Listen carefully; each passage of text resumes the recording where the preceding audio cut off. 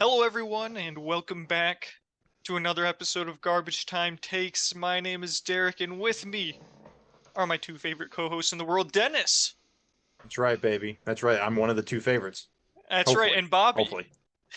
Back and ready to roll.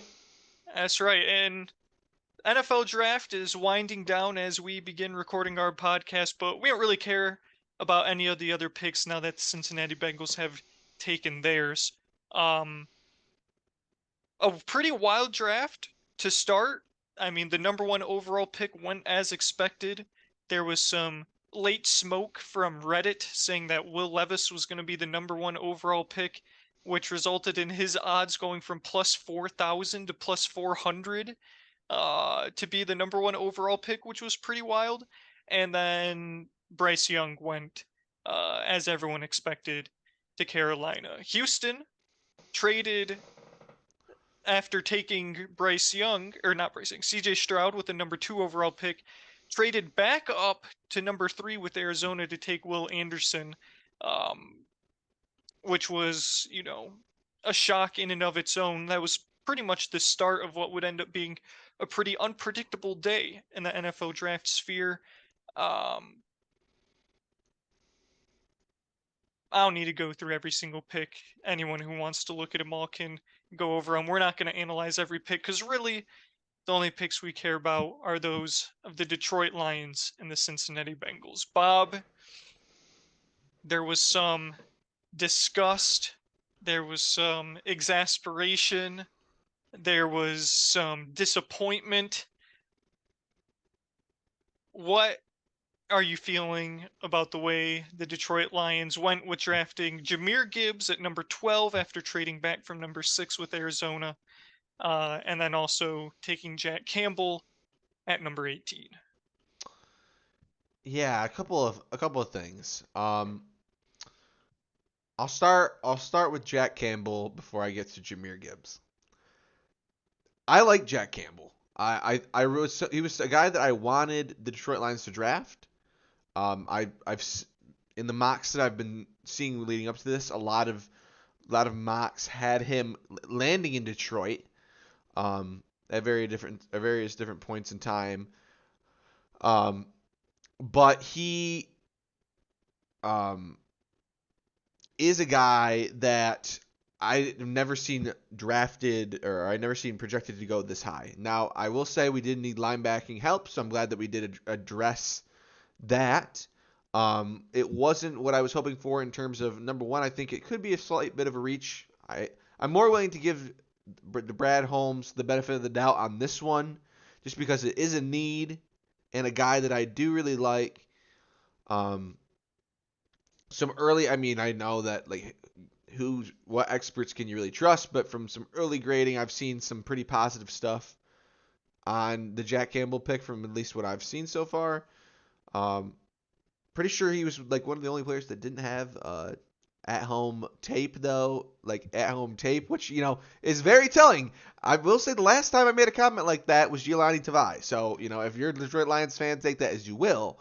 But um, I'm excited for him. Just a little bit concerned that we might have been able to get him later, but I guess you'll never. It's one of those things where you never really know. Um, Yeah, but yeah. it If is a if need. But it is a yeah, need. and I I won't say I was necessarily jumping out of my seat with joy at the Jack Campbell pick. Thought maybe we'd address the interior D line. Thought maybe we'd go wide receiver, even perhaps. Was hoping, praying, pleading, begging that we would not take a tight end, and we didn't. So thank you, Brad Holmes. Bob, and Dennis as well. I just want to show you guys something here. In front of you, as I hope all of you can see, is a screen with Jack Campbell's RAS score, his relative athletic score. And as you can see, Jack Campbell grades out very, very well on this athletic score. For some context, Jelani Tavai, as Bob previously alluded to, his RAS score was a 4.13. 4.13. Not to say that Jack Campbell and Jahlani Tavai played similar styles, but just something I thought should be noted was how unathletic and garbage Jahlani Tavai was. Yes. But I digress. Here we can see Jack Campbell grades out very, very well compared to this mystery player, also a linebacker who had a very good career in the NFL. I don't want to say too much more than that lest I spoil it.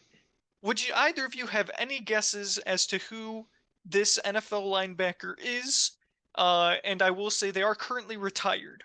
So it's a guy who's been out of the league a couple of years. Any guesses, perhaps? Dang. I mean, that could be a lot of people. It I mean, could. It could. I can tell you that it's going to be somebody who at least me and Bobby would deem decent because Derek's trying to make a point here. So, I'm going to guess. This is a little off the wall, but I just heard his name today, and it just seems like somebody you might kind of pull up as a interesting comparison. I'm gonna say Luke Kuechly. That was also going to be my guess. No way. No way. I literally have his Wikipedia page up.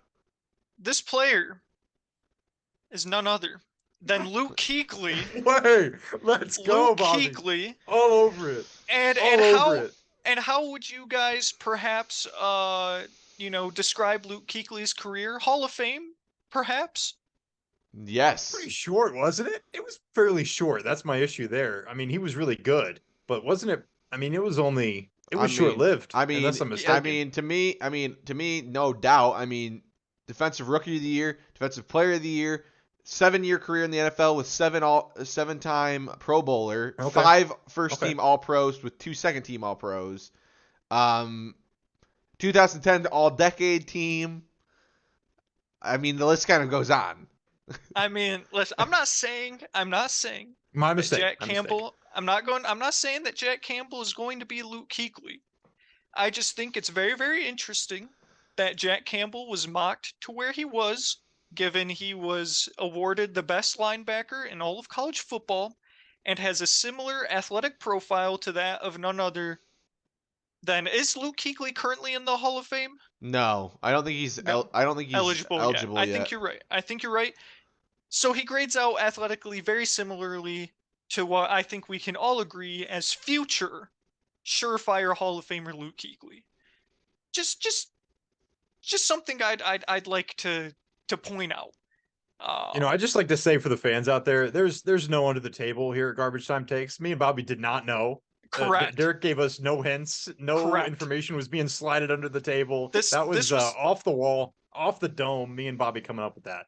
it's impressive. I salute you guys because I was like, this is a name they can definitely get, but I don't know if that'll be the one they can come up with.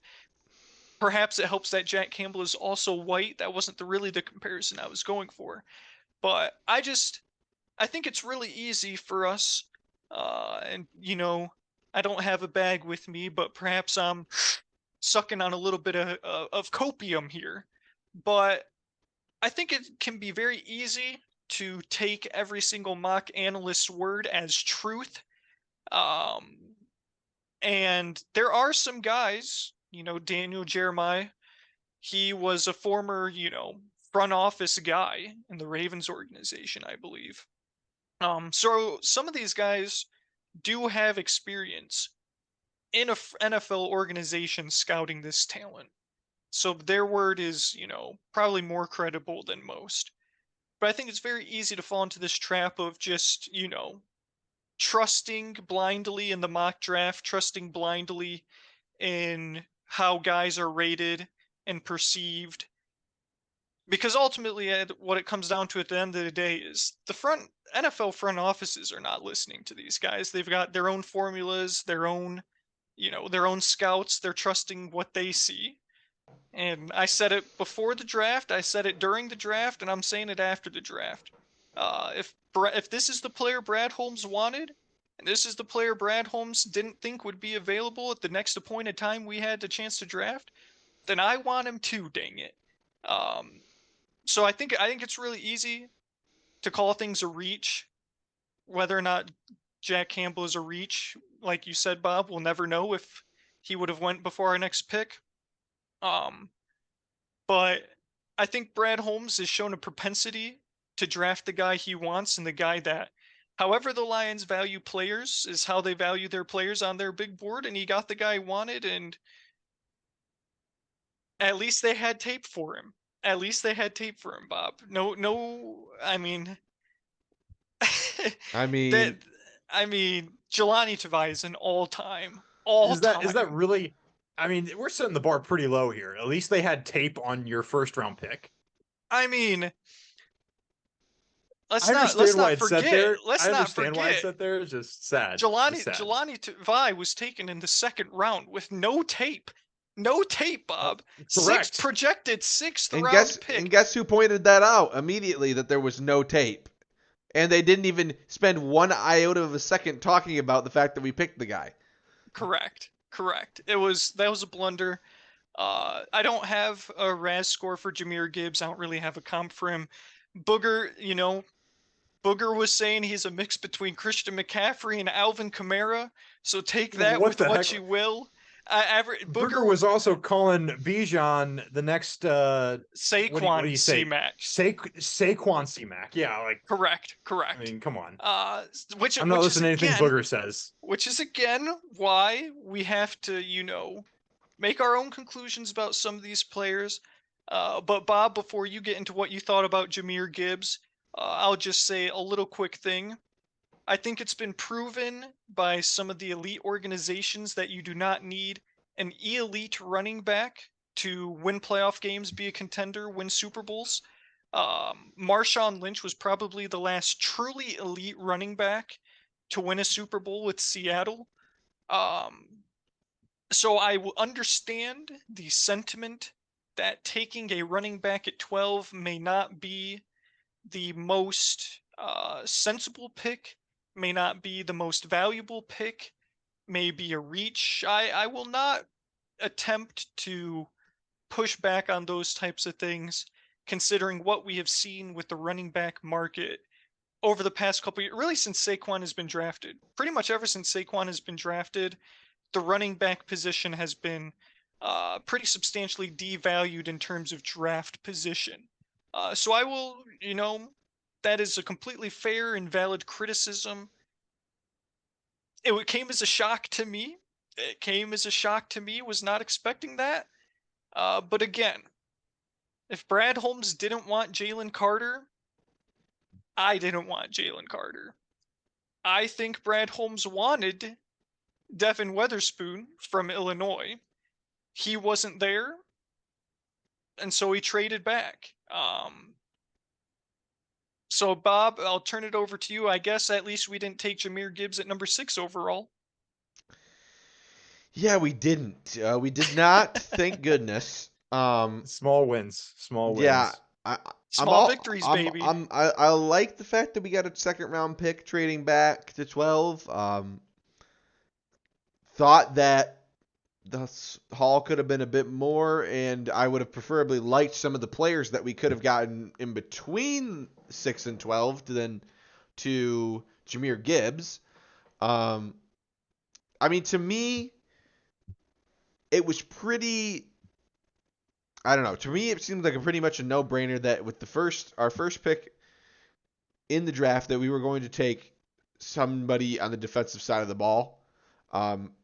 All signs really pointed to it. If not, maybe an offensive lineman for the future.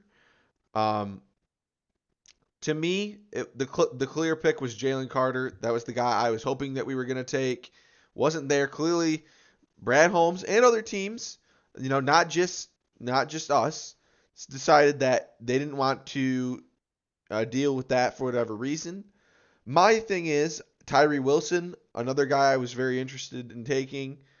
Devon Witherspoon, like I said in the pod last week, if Will Anderson and Jalen Carter were off the board, which Jalen Carter was not off the board, but if we weren't going to go with those two guys, Devon Witherspoon was the corner that I wanted. He wasn't there. But my question is, I guess, if we were going to take a running back, why not just go with Bijan Robinson? I mean, I understand it's the 6th overall pick. I understand it's very high, but clearly there was interest in Bijan in the top 10. And undisputedly I mean, I know it's mock draft experts, but clearly by teams in the NFL, he was the highest rated running back in this draft. So if we wanted to really get somebody that we thought was going to take us to the next level at running back, why not just do that at 6 with Bijan Robinson, a reach maybe as it may be. I mean, if we're not going to take any of the defensive guys, which clearly we made basically a decision that we weren't going to do that. It just makes it seem like 12 was kind of a panic a little bit, because it seems like we had some guys that maybe, based on being Lions fans and just kind of reading around, you thought that we might have wanted. They went, and then we decided that we needed Jahmyr Gibbs. I don't really understand the logic there. We signed David Montgomery in free agency, which more than serviceable back. We have DeAndre Swift. I know he might not be the back of the future. Clearly, at this point, he is not the back of the future, but has shown flashes. Has another year on the deal. Maybe if we want to bring in a guy later, we have more than the ability to do that. This is a very deep draft. I know, as you've talked about a couple of different times, Derek. So it just really, to me, it just doesn't really make much sense. I understand that he catches the ball out of the backfield well, which is something that the Lions really like. But at the same time, DeAndre Swift also really struggles with something. But I'm sure you can find a guy that can catch the ball well out of the backfield that doesn't require the 12th overall pick. So I'll try and give you some sense, Bob. This is where how I think it happened. I think the Lions wanted Bijan at 12, and then the Falcons inexplicably took him at 8. Correct. I don't think anybody was mocking Bijan to the Falcons at 8, not with the way Algier ran last year. Was he a one? Maybe someone can fact check me. I could have sworn he was a 1,000-yard rusher, if not pretty close to it. He definitely emerged as their lead back over the second half of the season. I'll fact check. I think the Lions thought Bijan was going to be there at 12. I really do. And at least in their defense, I think I don't see why Bijan wouldn't have been there at 12 either. I think Atlanta just completely jumped the gun on everything. And then number 2, I don't know if you saw the Lions' reaction to drafting Jahmyr Gibbs when they did.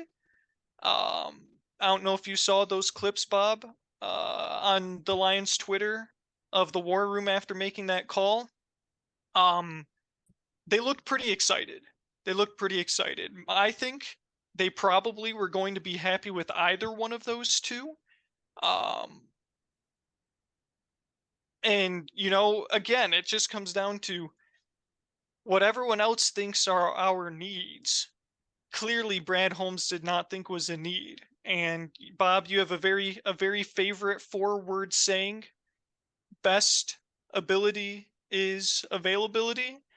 And DeAndre Swift, through his career, has struggled to be healthy for 17 games. He has. Correct. He is not that great of a pass protector.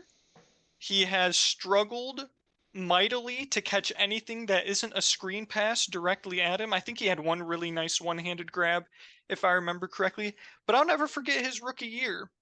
A chance to be the hero. Wide open, not a defender within 8 yards of him in the end zone. Matt Stafford delivers a dot, and he dropped it. Stone cold dropped it.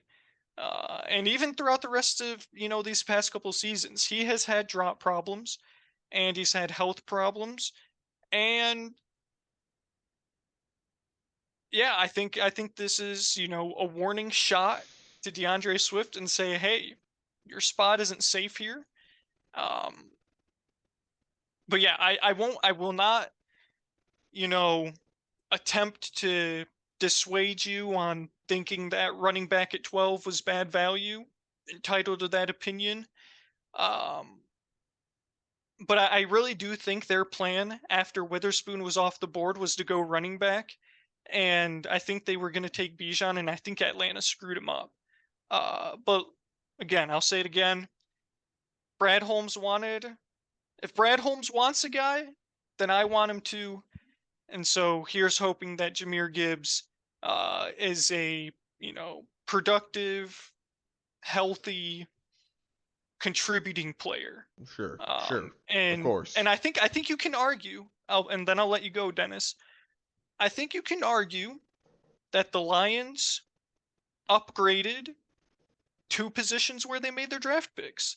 And maybe it's a little too simplistic of a view. Maybe I'm huffing on that copium again.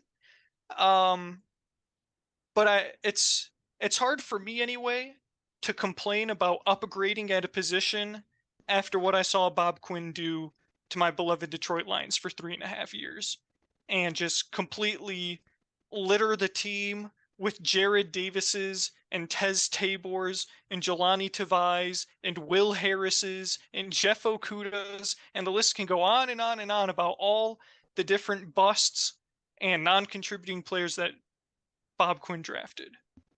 So, Dennis, what you got? Fact check? I got the facts for you. Yeah. So you were correct. 1,035 yards for Algier last year, which was 14th overall. Averaged 4.9 yards per carry, which was 11th overall. This is something that's interesting though, and I won't say either way what my thoughts are on this. But anybody remember where Tyler Algier was drafted? Just out of curiosity, last year. Was he out of BYU? Yes, BYU. Was he second round? Nope. Fourth? Nope. Third. 6th round. 1, 2, 3, 4, 5. 5th round, 151 overall. And so I mean, I'm not, I don't have as much investment as you guys. I understand completely the good feeling that comes from upgrading at a position, as you should. But on the same side of things, and maybe this is a bit traditional NFL thinking, I think that you could have done the same thing tomorrow. Like maybe not with Gibbs specifically, and so I understand if they're sold on him, but there are enough running backs tomorrow or even Saturday, as the Falcons did a year ago with 1,000-yard rusher a season ago, that you could find somebody who is better than DeAndre Swift. I'm not very high on DeAndre Swift, and so I don't think it was very hard to find somebody better than DeAndre Swift, and I don't think he had to spend 12 on it. Yeah. Nope. Yeah, Especially. I agree. Especially. I will not. Go ahead. Yeah. Go ahead. I was just gonna say, I will not push back on the you can find quality running backs almost anywhere in the draft narrative. Will not push back on that. Tony Pollard, for example, pick 128 in the 4th round, proved to be a very reliable and productive running back who also, I believe, put up, I'm pretty sure he put up a close to 1,000-yard season, if not a 1,000-yard season last year. So yeah, I fully embrace and accept that narrative, and understand any fans who, like Bobby, were scratching their heads at taking running back that early. Totally fair. Yeah. Especially when sorry, I don't want to step on your toes here, Bobby. So please, expand upon this. But we were talking before we got started on the podcast tonight, after the Lions had made their selections. If you're going to assume that another player is going to be there at 18 when you pick at 12, the player you should assume is still going to be there is Jahmyr Gibbs. That's 100% correct. Yes. That's 100% accurate. No sense. That's exactly what I said, Dennis. Thank you for bringing that back up. He wasn't projected to go in the rid of the first round.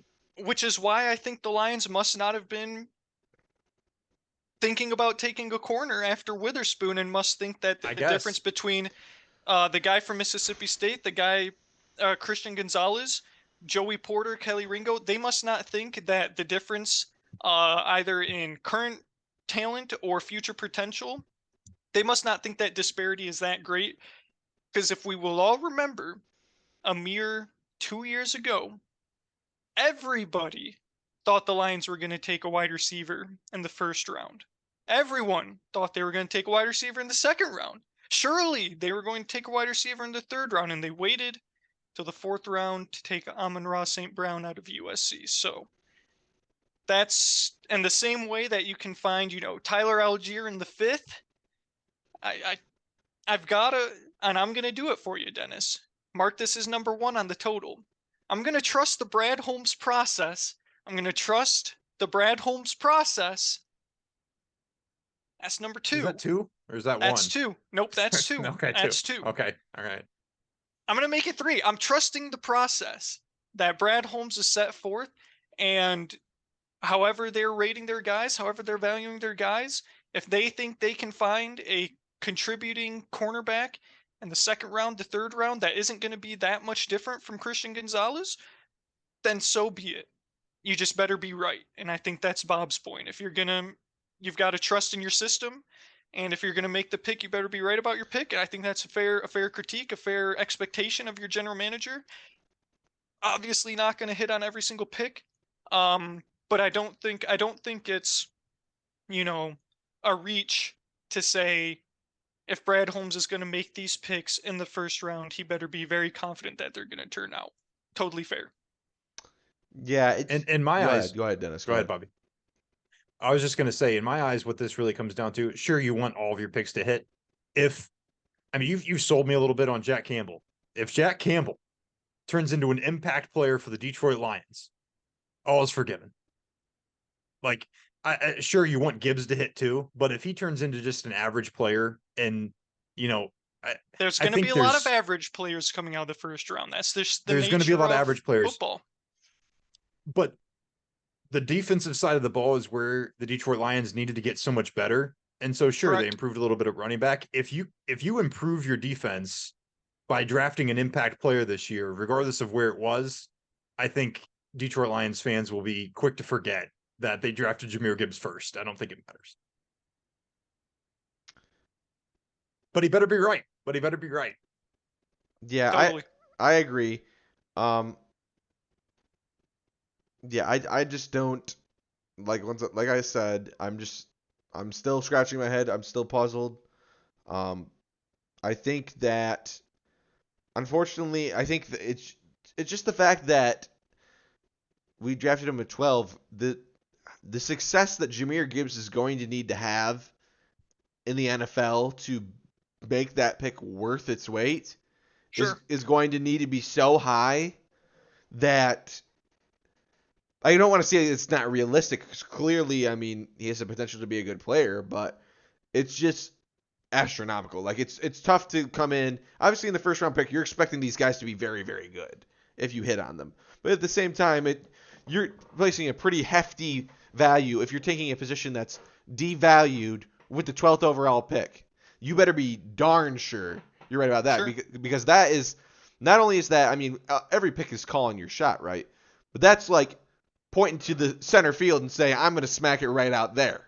Agreed. Yep. So that and if he does it, then we'll tip the cap, like you said, Derek. You tip the cap, and you're rooting for that to happen every day. But it's just tough. And another thing, one last point on the Lions picks. We'll let you discuss Cincinnati's pick a little bit, Dennis. But when is this franchise going to draft a defensive tackle? How many times do I have to sit up here and say, can we get a defensive tackle? Somebody that's like with at least a little bit of notoriety, Derek. I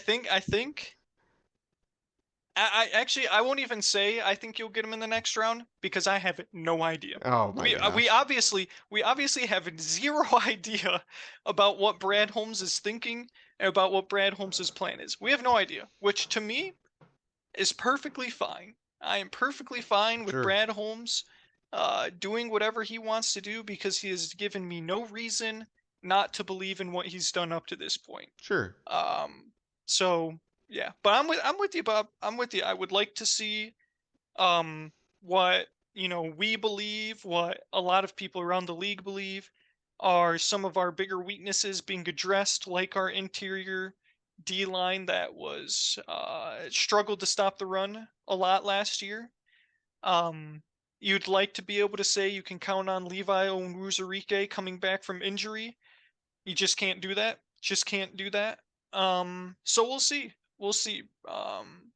I'm sure there's a diamond in the rough that's waiting for Brad Holmes and Dan Campbell to, sift out of the sand and, pull him out of the strainer. So we'll see. We've got what? Another 3 picks in the next 32 picks? Next 40 picks, something like that. Um, so yeah, I believe, Bob, did I at least hold you over a little bit on Jack Campbell? Was I able to reel you in just a little bit? You were able to reel me in just a little bit, but I will say that I was hoping that we would get Jack Campbell throughout this process at some point. Yeah. It's just for me it's purely a matter of, which I will never really know, like I said, I admitted. It's just purely a matter of, in every single, mock draft, because what do? As us as fans, all we have is mock drafts. Our mock drafts. And That's like all we reading have. articles based on like people who are at least more plugged into the situation than we are, right? So Correct. they're saying that he's being graded around pick 46. I think that's one of our, second round Mid-second. picks, right? Yeah. And I'm like, okay, well, I've seen that's a high grade, like that's a good, they're grading that as a good pick for the Detroit Lions, like Jack Campbell, Iowa guy, put out a lot of great defensive players in their time. No problem. Like, let's go get him. Academic, Heisman winner, tough to go wrong there.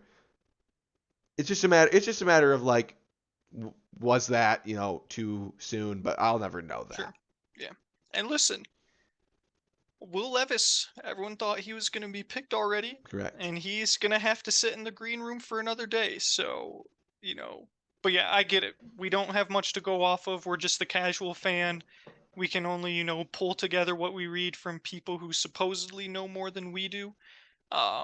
So I see where the, the bewilderment, some frustration can come in, but maybe we'll be looking back at this draft and saying Jack Campbell should have been picked in the top 5.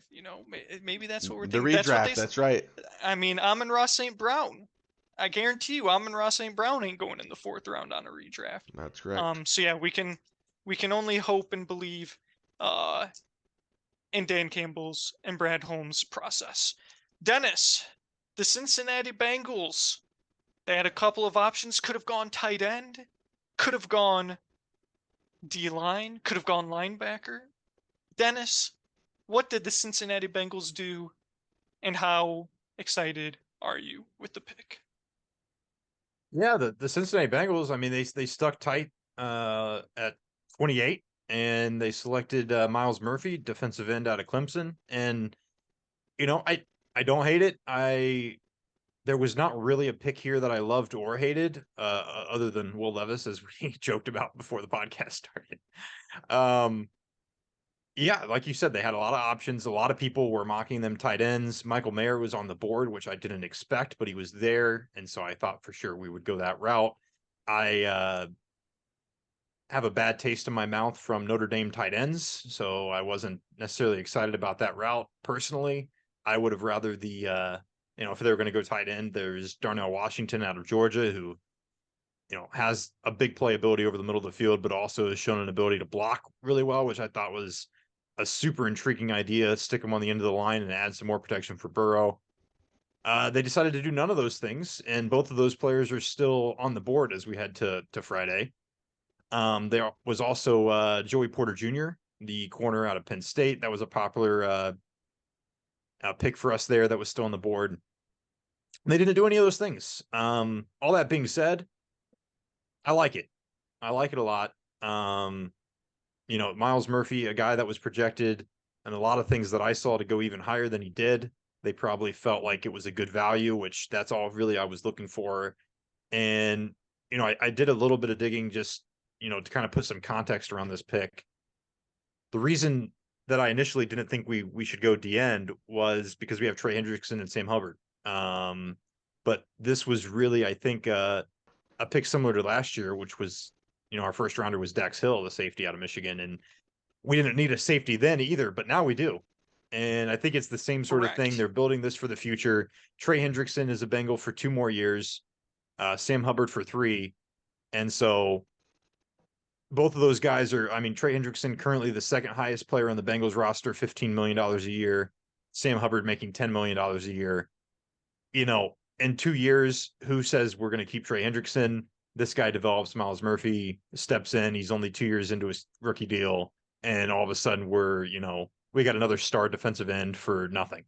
And so I don't mind that. The other thing that I've been hearing, at least through the grapevine, is that he's a good fit for Lou Anarumo's system. A rotational guy, they rotate the ends a lot. And he's, somebody who can start pretty much right away and give some of our other guys a breather and be impactful on the defensive side of the ball. And I got no problems with it. I'm curious to see what they do tomorrow. I would love to see us take a running back. I think, as we've discussed on the running back position, taking one today would have been a bit of a reach. So maybe they get one tomorrow. Maybe they try to pull an Atlanta Falcons and find an Algier in the 5th round. It remains to be seen. But all in all, there was few things that would have disappointed me, and this was not one of them. Yeah. I mean, one, the old adage, Dennis, you can never have enough edge rushers. Correct. Because Correct. you never know an injury to. I won't wish that upon you, of course. That's But right. you never know. You never know. NFL is a violent game, and so if you can have a guy step in and sort of fill the void as best as he can, that's better than not having nobody to be able to fill the void. Whoever this was going to be a depth piece for this year, and I think that this accomplishes both having a depth piece for this year and a long-term plan looking forward to what you're going to need in a little under 3 years. So yeah, exactly Yeah. to your point. I agree. Yeah, I mean, I think I said it on last week's pod. If you're drafting, for needs, if you're drafting for the present instead of the future, you're gonna get yourself in trouble. Maybe I just put it in the group chat. Yep. Maybe I said it on the pod. I can't remember which one. But this is, a perfect example of the Bengals, strengthening a strength. You can never go wrong with strengthening a strength and, making sure you're taken care of in the future. Um, that's always a good strategy. It's the Bob, exact same thing I said with Dax Hill last year, because we had Jesse yeah, Bates and Von Bell, and I was like, we don't need these guys. And look, neither of those guys are in the not building this year, and now correct, Dax Hill is going to have to play well. So correct, it's the same situation, only defensive end, and you can't have too many defensive ends. correct. Bob, do you have any thoughts? I like it. I like it a lot. You get a battle-tested guy out of Clemson. One of Derek's, favorite schools, not named the University of Michigan. Got to throw that That in is there. correct. So I like it. Would have Best been jerseys in NCAA football 14. I would have been very interested to see the tight end for Cincinnati, just because I think that it would have added just another dynamic. And I kind of mentioned this to Dennis before, but I mean they're mentioning the long-term plan with a couple of your edge guys. What about the long-term plan with some of your receivers that are going to be coming up? You've got a couple of guys, 2 or 3 guys on that roster that are going to want that payday. And Dennis knows the history of this organization and how they can get stingy at times. And when you got a quarterback that's going to demand the money that Joe Burrow does, it's going to be tough to keep everybody happy and make sure everybody gets a slice of the pie. I thought that maybe bringing in a tight end now, not that they still can't do it, in the second round. It's only one round of the draft has been completed, but I thought, with Michael Mayer being available, and he's still available, I guess, then maybe you can still get him, but that he was going to be the guy they were going to go for, just because, he provides that potential offensive upside that a lot of people have seen that maybe could end up, allowing the Bengals a little bit more flexibility and allowing somebody like that to walk. Once again, like I said, it's when one day of the draft. the Bengals still have more time to address something like that long term if they draft a wide receiver in the second round or in a tight end or whatever it may be. They're going to draft a tight end at some point. I think it's pretty clear. Um, just just a little food for thought. No, I agree with you. I'm actually glad you brought that up because I've been thinking the same thing as I'm sitting here, and I mean I've got the contracts pulled up. Tyler Boyd and T Higgins both free agents after this season, and so the presumption is that we're going to essentially sign T Higgins. The general assumption that I've heard is we're going to sign T Higgins and then have to replace Tyler Boyd, and a lot of people think that we could do a tight end or draft a tight end this year in order to accomplish that. You know what I think would be even better? Drafting a wide receiver to replace a wide receiver. I think that makes a little more sense. And You I can always understand replace like wide Michael Mayer receivers is a in good free time. agency, Dennis. You can replace wide receivers in free agency, and you can also replace them in the second, third, and fourth rounds of the draft. Correct. So Also correct. Also correct. I'm not, I'm I'm sure not they too will. worried I'm yet. sure they will. If they don't take anybody, any pass catchers, that would be shocking. In the next 2 days, I think they will. I think they'll probably take one. I wouldn't be at all surprised if they take one tomorrow, whether it be a tight end or a receiver. And like Derek said, you can also, address receiver in free agency, but there are things coming down the line with the receivers that need to be addressed, and they didn't do it today. But I think there's a multitude of ways for them to do it. Yeah. I feel like, I don't know how you guys felt. We sort of talked about it in the beginning, but I felt like wide receiver this year, really outside of Jackson Smith and Jigba and Zay Flowers, there's not really that much top end wide receiver talent. I think there's a lot of like Tyler Boyd esque players, just your Yep. classic, average, middle of the road, reliable hands contributor. It's not like the Bengals need to draft another Jamar Chase or T Higgins. They just need to draft a guy that can run his routes, maybe do some run blocking, and just be a reliable pass catcher. So yeah, I imagine, Dennis, you'll see the wide receiver position addressed sometime shortly. But I think you, not that you were necessarily, pounding the table for it, but I think you're perfectly fine with not taking one in the first round. Yeah. Jaden Reed, Michigan State, Bobby. Jaden Reed tomorrow. That'd be a guy. That'd be a replacement. The other thing you could do is, I mean, we're talking about we know who our receivers are this year. To be frank, I mean, barring injury, a receiver I feel like in general in the first couple rounds are guys that can plug in pretty quickly. Draft one next year when you actually, when Tyler Boyd's no longer on the roster and you need a third receiver. Exactly. Draft one next year.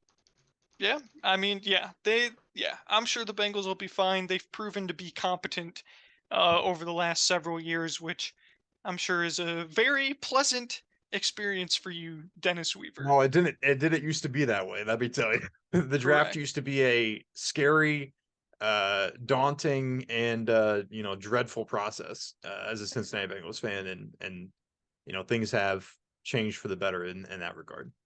Yeah, there were a couple other things I wanted to get your guys' thoughts on, and then we can move on.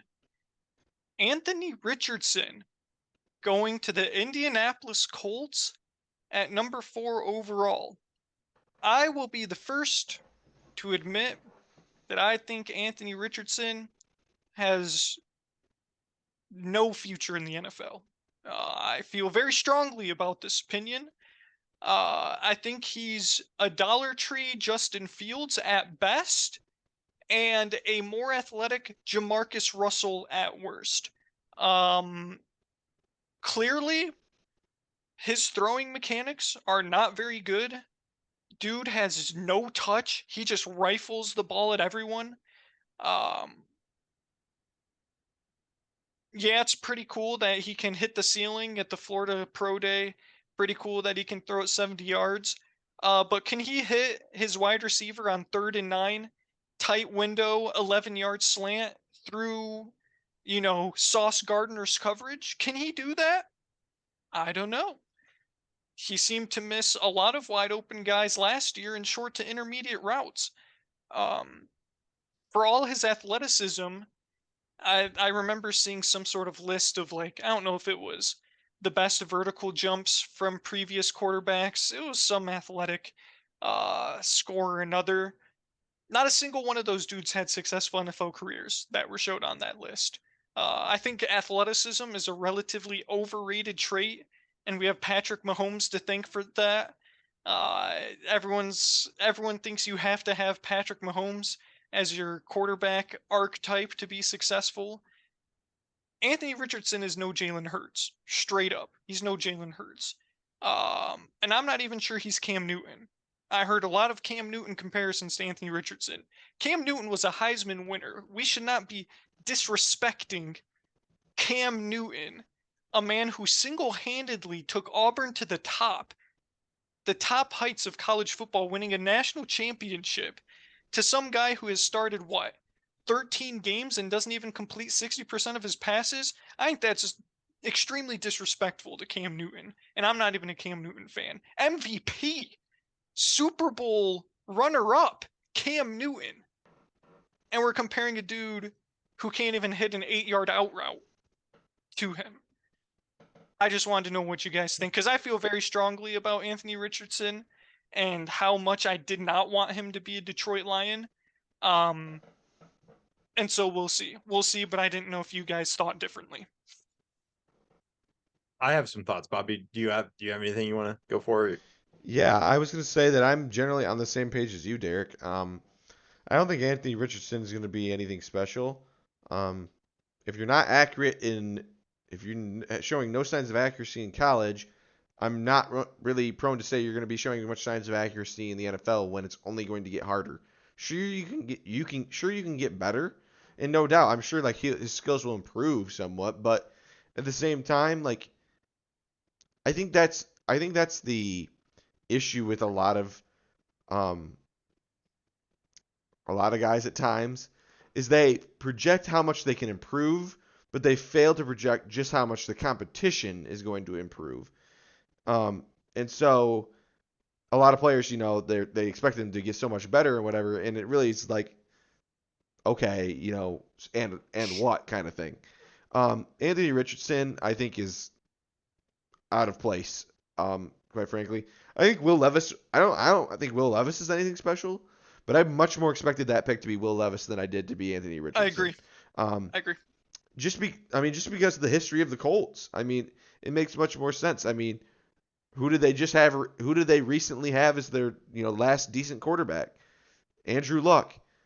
Will Levis fits a lot more of the prototype of Andrew Luck than Anthony Richardson does. Not that Anthony Richardson has all of the measurables, like you said, Derek. But what about the tape? That's even Will Levis who didn't have great tape, had better tape. Still had tape. Yeah. Had better tape than Anthony Richardson. Against competition. So it's once again, you could say this about any quarterback, I guess, but Anthony Richardson is the ultimate boom or bust.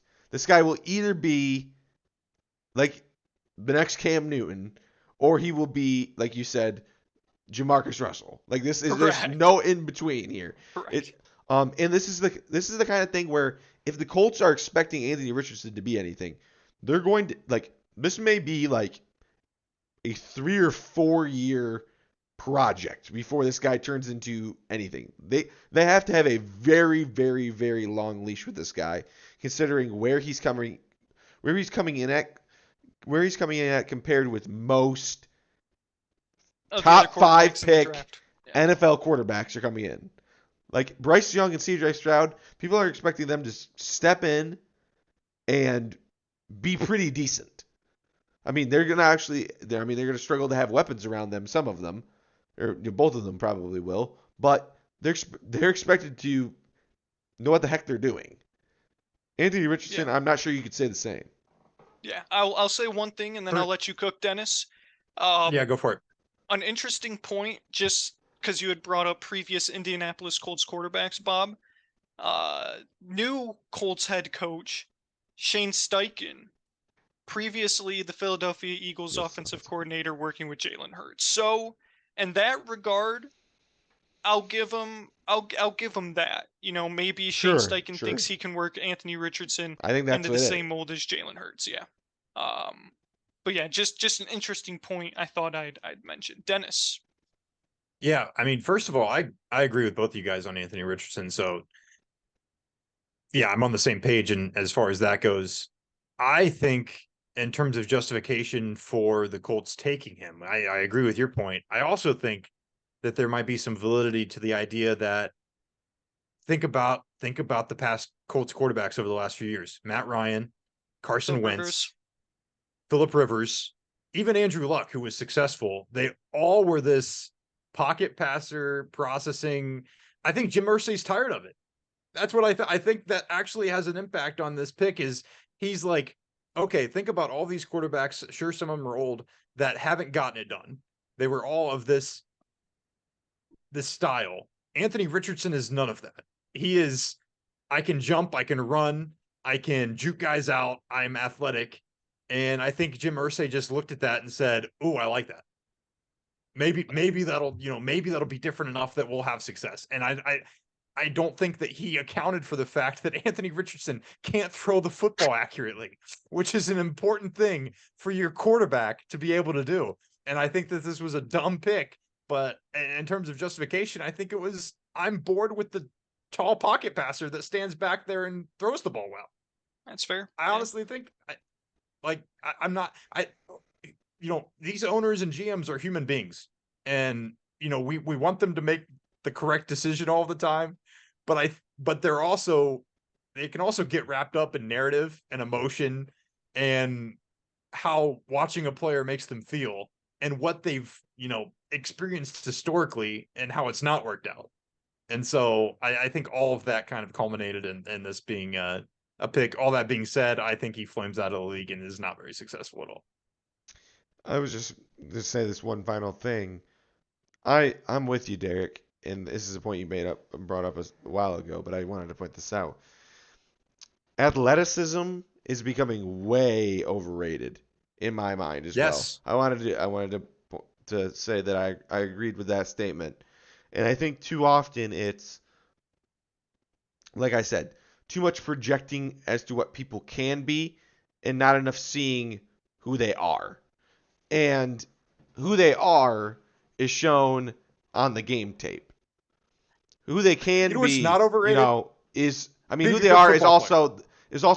also the measurables to an extent. But you're looking at the tape and you're like, this guy looks pretty explosive, right? Like this guy looks like he's coming off the line quick, chasing guys down, and then you check his 40 time. Oh, he ran really fast in the 40. Like that makes sense, Like I feel like the combine should just be used as more of like a confirmation of what you see on the tape. Like, oh, this guy looks like he's got this and this and that. Oh, it adds up. He's got these qualities. Like, great, let's pick him because now his tape is good and he's pretty athletic. Like I understand like not every single player is like that, because if it was like that, it would be easy all the time. But my point still is the tape is number one. Athleticism and arbitrary otherness that often comes in, how much they elevate other players, how much they, whatever, all those like buzzwords that you hear. That has become way too much of a aura around, especially the first round picks. Sorry, I got one other thing to say because I couldn't agree more. Is that how you say it? Is that accurate? Couldn't agree Yes. more. Yes. Okay, Yes. all right, cool. Yeah, couldn't care less. Couldn't agree couldn't- more. Okay, great. I couldn't agree more. And I don't want to get too philosophical. I don't know if you guys have thoughts on this, but the combine, it gets me a little heated because especially the 40. These dudes are like starting from like track positions and like train on how to run correct 40 times. And like we're dealing with like hundredths of a second. When do you start from a track position in shorts with no pads on the football field? Never. Yeah. That Yeah, doesn't happen. Like I think like things like the cone drills, and some of those shuffle drills, things that like are more relatable to in-game movements, I take a lot more stock in those. Granted, Sure. straight line speed for Sure. guys like running backs, wide receivers, corners, I'm okay with that. But I don't care if my offensive lineman is running a 4.840. I really don't. I don't care if maybe I care a little bit that my middle linebacker isn't running, a 5.240. I do care about that, but I think you're right, Dennis. There's so much that goes into all of these combine measurables, and how much of the difference is there really between a guy that runs 4.42 and 4.56? Really, functionally, how much of a difference is there? And I think some of those things get blown out of proportion. And I think it comes back to what Bobby said, which is you watch the tape and you see, or you watch a pro day and you see, oh, that guy's fast. And then you go check his 40 time. And I think decisions get made oftentimes on hundreds of seconds at the combine when that's not what you should be making your decision on. Or everyone says this guy is slow, and then his 40 time comes out, and he is slow, like Tez Tabor, and then you pick him in the second round anyway, like Bob Quinn. I digress. The Full other circle, full circle. the other player I wanted to talk about just a little bit, CJ Stroud. Was it last week or this week that his S2 score came out? Did we talk about that last week on the pod or We no? Last haven't talked week. about It was that. last I think week. it was, yeah. And we did talk about it or didn't? No. No. Did we? I don't think so. Okay. I wanted to talk about it a little bit. I know the S2 score, the Wonderlic score, are not the end all be all. I know they test different things completely as well. The S2 score confirmed what I have thought about CJ Stroud for 2 years. And that is this. CJ Stroud was the quarterback in one of the most quarterback friendly offensive schemes in the entire history of college football. I don't think, and based on JT Barrett's college numbers, Dwayne Haskins, RIP, his college numbers, Cardale Jones's college numbers, Terrell Pryor's college numbers, even though he's not an Urban Meyer Ryan Day offensive scheme guy. It is so easy to be an Ohio State quarterback when you have 5-star wide receivers running 4 yards clear of separation down the sideline, over the middle crossing routes with 3 yards of separation. You don't make any reads in an Ohio State offense. Pick offensive tackle. Correct. You have all the time in the world to sit there and wait for one of the best wide receivers in the nation, of which you have 2, sometimes 3, to just get open. You are not making any reads in that offense. And what do you know? In a test that evaluates your ability to make reads, make quick decisions, you score one of the worst in quarterback history. That to me confirmed what I've thought about CJ Stroud for all these years, and that's he's never had to make any reads, or he's so bad at making reads because he's never had to make any. Never played in a pro style offense. All of the reads were made for him. It was wait for one of your best players to get wide open. Now, granted, he's got great touch. He hits wide open guys. That's a very good trait to have, something Anthony Richardson can't even do. CJ Stroud hits wide open guys. The problem is you're not playing college football anymore, and you don't have 5.5 seconds to sit back there and wait for Northwestern's bums to rush you on the D line. And so for me, that was confirmation of what I have felt about CJ Stroud for years, why I wanted the Lions to avoid CJ Stroud at all costs, and why I think the Houston Texans are probably going to be looking for a quarterback in the near future. All I know is you don't have to tell everyone you're the smartest man in the room if you are the smartest man in the room. And when CJ Stroud said you have to be smart to be an Ohio State quarterback, that's how I knew. That's how I knew. He's cooked. He's cooked. I don't know what you guys thought about CJ Stroud. Go ahead. And I will acknowledge my Ohio State anti-bias, but I'll also say this. Who was the last successful Ohio State quarterback? jury's still not out on Justin Fields. He's a tremendous runner, but he can't throw a lick either right now. One of the most inefficient passers in the NFL. I think he's more of a running back than a quarterback at this point. So, given the track history of Urban Meyer and Ryan Day quarterbacks, I see no reason why CJ Stroud is all of a sudden going to be the guy to break the mold. Yeah, for me, I don't really have strong opinions on CJ Stroud, but I did have strong opinions on the fact that Bryce Young was better than CJ Stroud. And I've maintained that for as long as I've been watching Bryce Young.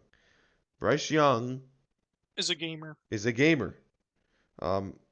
He plays for the most under pressure school, the most important position. Been there, done all that many a time. I mean, this guy was single-handedly keeping Alabama in games many times, and he was just so much fun to watch. I mean, let's not forget that. Like, let's just not forget how many times, like I said, he brought them back when they really should have been out of it.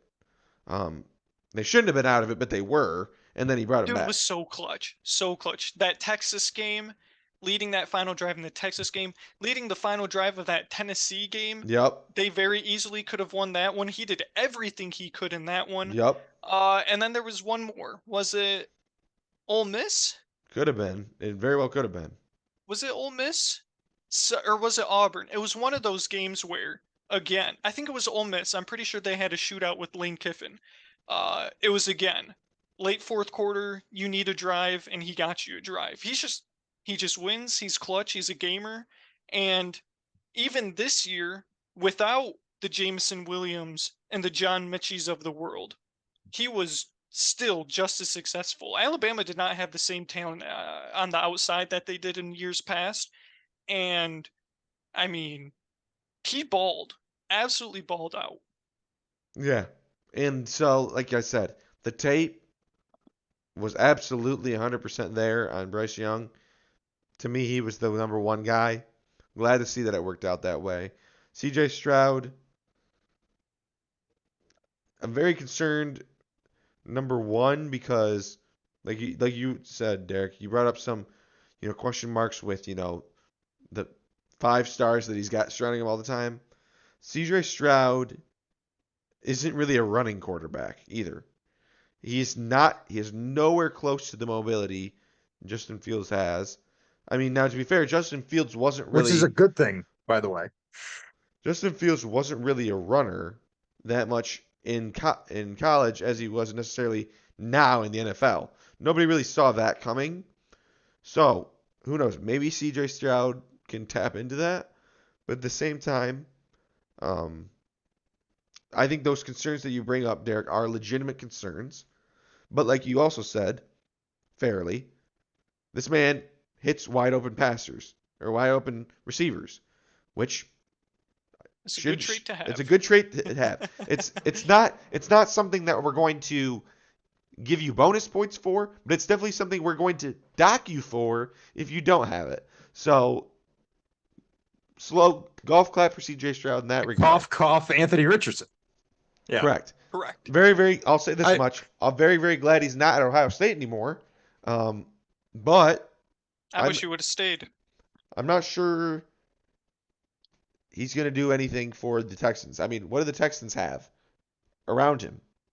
That's the issue, right? At least in my mind. And I think Derek brought up some good points, and I'm by no means an Ohio State defender. I think I'm a little higher on Stroud than perhaps the both of you. And I thought it was pretty clear cut that he would be the second overall pick. But, you do bring up some valid points. Having such a supporting cast makes it a little, I would say, murky to evaluate, because oftentimes you're not put in situations because the team is trying to win the game. They're not going to say, make this tight pass to the guy who's not open. They're going to say, throw it to the guy who's open. And That's he got the bailed. only logical thing to do. He got bailed out so many times by fantastic catches by guys like Marvin Harrison Jr. How many times did I have to see Marvin Harrison go High up pointing, and get high pointing. Yes. impossible catches Same with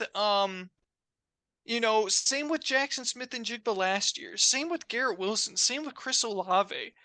Same with Egbuka. All these guys just But listen to they those make names. plays. Listen to those names. Jackson Smith and Jigba. Garrett First rounder. Wilson. It's also Chris Olave. not his fault First that he's rounder. throwing to those guys. Correct. It is not his fault, and he gets his credit for making the throws that he does. I just think Clearly drafted second. when you get to the NFL and you actually have to read defenses and anticipate looks and assess coverages, Michigan, we bamboozled that man. Bamboozled him. We had him in stitches. And if he didn't have, this is my personal opinion, my Michigan bias coming out, I will admit it. If he didn't have the talent on the outside that he had, we would have blown him out by 30. Because we run pretty close to a pro defensive scheme, I think. Mike McDonald last year, Jesse Minter this year, both had experience with the Baltimore Ravens prior to being here. Both have experience, being in a pro offense. And Jesse Minter just took up and evolved where Mike McDonald left an NFL defense. And we bamboozled him.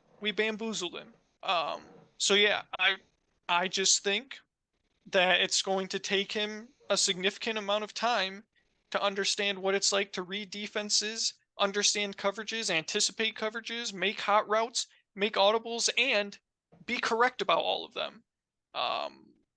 And I don't know, it's just you're not going to have the same advantage of throwing to 3 5-stars against a bunch of chemists and businessmen playing for Northwestern's and Wisconsin secondary. You're not going to have that anymore. Yeah, right. The problem is that this year he's going to throw to John Mechie and Nico Collins. Like that. Okay, that really is the core issue. Let's not rip on Nico Collins. That's my boy. That's a Michigan man. That's a Michigan man right there. Oh yeah, so he's a gift from the Almighty. Correct. Yeah. But No bias on Nico or on CJ Stroud though. Definitely not. I admitted my CJ Stroud anti-bias. Me did, and I will fully admit my Michigan man bias as well. I appreciate that. I'm just making it known again, just reminding him. That's all. Okay. Yeah. But yeah. Just bring it back. Any other picks you guys wanted to talk about? Obviously, there's the big story that Jalen Carter fell. It wasn't really that much of a surprise. At least I didn't think so. Once he got past Detroit, you knew he was getting down to 9-10. And it was just a matter of time before either the Bears or Eagles took him. I was surprised that the Bears didn't want him and were content with flipping with Philadelphia. Me too. But yeah. You have anything else on that, Dennis? The only other thing I was going to say with that was, the Dirty Birds, Bobby. The Dirty Birds, getting another value pick, in my opinion. And the interesting thing is pairing up with, Jordan Davis, with Nakobe Dean, former teammates at Georgia. And I don't know if you saw 32nd pick. What's his name? Nolan Smith. The other Georgia linebacker. Yep. So now there's 4 of them, 4 Georgia guys. All on the same defense. It does seem like a good idea to draft the best defense in college football and just just translate that. So I thought it was pretty smart by Philadelphia, and I think that was a pick that will help them. How the Dirty Birds keep getting all these high picks every year? Defense is crazy. After having success, is just irritating. This roster is so good. I'm looking at it right now. This roster is so good. And it's just the fact I have one of my close friends is a Dirty Birds fan, and it really irritated me having to watch the guy that I thought could be the defensive lineman I wanted slip through the cracks and go to a team that was already in the Super Bowl. When a lot of people were saying Jalen Carter potentially is the best player in this draft. He does have that kind of talent and upside. Once again from the draft experts. But I digress. I have a lot of faith in anybody from Georgia that plays defense. That's true. it just, I don't know. It feels, I'm just upset because I remember a few years ago when we took Jeff Okuda, you know, I was banging my hand on the table saying, give me Ed Oliver. It didn't happen. And guess what? Ed Oliver was another guy who had a troubled, you know, had a bit of, it might not necessarily been pre-draft, but slightly post-draft, if not, had some off the field issues, some stuff like that was going on. It's kind of the same thing with Jalen Carter. Guess what? Ed Oliver still playing in the league, still, holding it down on the Buffalo Previous regime, Bob. Previous regime. Still holding it down on what, the defensive that's line. what I gotta remind you. That was a Bob Quinn. That was a Bob Quinn special, and that's why I've also got to defend him on Jahmyr Gibbs. I saw some bozo loser post something about all of the running backs the Lions have taken in the first 2 rounds ever since Barry Sanders and how all of them have been busts. Excuse me, but I don't remember Dan Campbell and Brad Holmes running the ship since 1994. I mean, that's news to me that Brad Holmes has been my GM for the past 30 years. 30 basically. years, 29, 30 years. So that's news to me. But yeah, I digress as well. That rubbed me the wrong way when I saw that. I was like, I can't stand that. You got to Can't give the guy the stand when- chance, right? Like, you got to give the guy their chance. I can't stand comparing previous regimes to the current regime. You just can't do that. You can't do that, in my personal opinion. I agree. Any other picks we wanted to talk about? That was the other one I was going to bring up. So I don't think that there is anything we have to touch on. I'm just scrolling here. Yeah, I'll just bring up one more. We can roll right into the NBA playoffs. Congratulations to Mozzie Smith going to the Dallas Cowboys. Hopefully for the Cowboys, he's not another Taco Charlton. But it does extend the University of Michigan's streak of having a player or more drafted in the first round to 5 years. That's the 9th overall first-round pick in Jim Harbaugh's tenure, and the 5th straight year we have sent a player in the first round. So I think it speaks to how we've been able to sort of close the gap with Ohio State. Because I tell you what, we were not pumping out hardly anyone in the first 2 rounds when Harbaugh first got here. So credit to our staff for that one. Bob,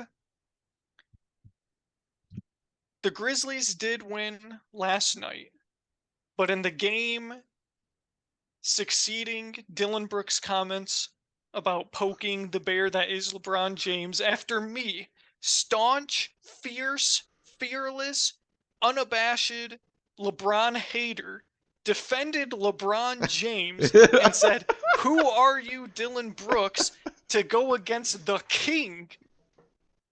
And what did they do? LeBron didn't drop 40, but he did drop 20 points and 20 boards and bullied Dylan Brooks in the clutch to seal that game. Game 4? I mean, and Dylan Brooks shot like 3 of 15 And from the Dylan field Brooks or something. has been refusing media availability ever since. Correct. He's been ducking the smoke. He's a clown. You can't try and be the villain and then all of a sudden disappear. And then say For that as much you were the victim. Correct. For as much as crap Draymond gets for being carried by the Warriors and for being washed, Draymond is able to back up his trash talk game. Like, he'll go out there, jump on a dude's chest, and come out and give the other team the absolute job when he returned in Game 5. Or Game 4, I mean. Dylan Brooks, meanwhile, is a coward. He's a brick He's a mason. clown. Correct. He can't shoot, he can't defend, and he also can't man up and say that he brought it upon himself. And trying to blame the media for making him a villain. The Grizzlies have had some weird victim complex all year. I remember earlier in the season they do. when Ja Morant was all crying because he was the one that said, "We're good in the West." And then they went on this losing streak. They're like, "Why is everyone being so mean to us?" We're good. That's correct. Correct. So yeah, it's insane the victim complex the Grizzlies have had all year. Dylan Brooks is an absolute clown and a coward. They did come back and win, but Bob, this is the first time in my life I've ever actively rooted for LeBron James. I hate Dylan Brooks more than I hate LeBron James. Um, so you have a supporter in me of the LA Lakers for this series. Can you believe that? I Can you believe I that? can't believe it. I mean, I know your hatred of the king runs quite deep Despise him. because of what Despise he has him. done, his history of running the Pistons absolutely amok. And I always come back at you with, what if he was selected one pick later, and we just shake our heads and nearly barf. But And I'd have a LeBron James tattoo, every single LeBron James jersey, to have LeBron James posters all over my wall, would be the biggest LeBron James glazer in all of NBA sports Twitter. But alas, a witness there, a witness. correct. I would be a witness to his greatness. Instead, I want to see him fail at every turn except in this 7-game series. Correct. Um, yeah. I was actually watching some of the of what is it? Well, game 5 technically, I guess, where they just lost. Mhm. Um, and that game, going with about 1 minute left in the third quarter, was a 2-point game. Correct. From that point on, Memphis went on one of the craziest hot streaks I've ever seen from a team. Went absolutely unconscious. It went on I like mean, Desmond Bain I mean, you're correct. couldn't hit the broadside of a barn in the clutch in game 4. Correct. And now absolutely unconscious. And they went on like a 23 to like 2 run. And it was just like every single shot they put up went in. Dropped. And it was just like, it wasn't even like the Lakers were like playing that badly. It was just like they were missing shots. And the other team was coming down and like putting like 10 threes in a row in. So it was kind of disgusting. I don't like to see it. I don't like to see the confidence get up. But you know what? We're going back to the crypt. So you got to hope that we can close things out at the crypt. And also you got to think, if it gets to a game 7, people's palms tend to get a little sweaty. And guess what? Say what you want about King James. He's been there before. We can't expect that he's going to be going away anytime soon. So screw the Memphis Grizzlies. They're only victims. They're victims of their own making. And they're a bunch of bums. And I hope that the King and All Day Davis, who needs to also show up because he's been a little bit AWOL recently, needs to show up and get the job done. Derek, are you there? Oh no, did we lose Derek? Did we lose Derek? We've mountain time. The mountains of Arizona have caused some interference. Oh, no. It appears, Dennis. Oh no, we got some Rossby waves going on. We got some, I don't even know, atmospheric stuff phenomenon going on. You know, Dennis, I don't know how much. If you watch any of this series, I feel free to comment. If not, I can just kind of go into a general summary of some of the other series if you'd like. No, I think everything that you said is accurate. Just on the, I mean, I just wanted to make it known that I completely agree on all of the Dylan Brooks, LeBron James stuff. Absolutely ridiculous. I mean, I know that I've been on record on the podcast hating on LeBron James a little bit, but I mean, come on, this is ridiculous. I mean, you don't call out, you just don't call out the king and then wither away like some coward. I think coward's the perfect word. It just no media availability. I mean, what is that? And then- I mean, at least if you're gonna act like a confident dummy, then continue to be that. I mean, what are we doing? What about when LeBron James went up to him before the game and said something to him before the game? Nobody knows what was said. And then proceeded to drop 20 and 20 on his head like nobody's business, Dennis. I mean, zones. That's just what you do when you're. That's just what you do when you're with LeBron James. no quite frankly. media availability. Moving on to some of these other series. I'm Go kind ahead. of like Derek. Sorry. I'm Go just ahead. kind of like Derek. I was not rooting for the Lakers coming into this series, but I cannot root for Memphis. It's just disgusting. Come on, LA. Yeah, and Go ahead. I'd like to point out that the first thing I guess I'll start with this other series is the Suns Clippers is finally done. Suns Clippers is over. Yep. The bottom basement team of the crypt is finally done. They went and got Russell Westbrook, and they went and got themselves right out of the playoffs, even though Russell Westbrook was like the only healthy player in the series. Um, the Suns are moving on. Very excited. I think this is good for the NBA. I'd much rather watch the Suns continue. Kawhi Leonard should have the nickname that Derek said the AD has last week. I'm completely in agreement. Some controversial segments on First Take about his superstar status and whether he should just call it quits from the league. I don't think that's completely out of bounds. I don't think some of the stuff that Stephen A was saying in that segment, if you had a chance to watch it, I'm assuming most people have. It was pretty viral. I don't think everything that Stephen A said was completely out of bounds. Agreed. He was right in the fact that what is this guy doing for you to promote your franchise? He rarely ever plays. He's not reliable. What in the world is going on? I understand, and like Stephen A said, he's not doubting Kawhi's talent. He's got plenty of talent. It's just a matter of, like you said earlier, Derek, the best ability is availability. And he's never available, and he's never doing anything for you. And he held your franchise ransom to go out and get all the pieces that he wanted, which are now also injured or, not performing. So, really, it's only him to blame at this point for their failure. Yeah, I'm not sure what happened with my computer. All of a sudden, I had a black screen of death and couldn't see or hear anything. So sorry about that. Looks like you took care of most of the talking points I was going to talk about, just talking about the series that wrapped up.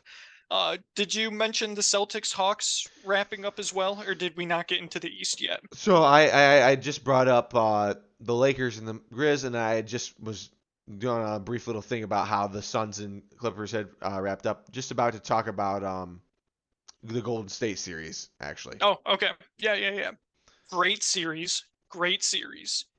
The Warriors picking up a massive, can we call it unprecedented road win, Bob? For them this season, yes, we can. I mean, just that was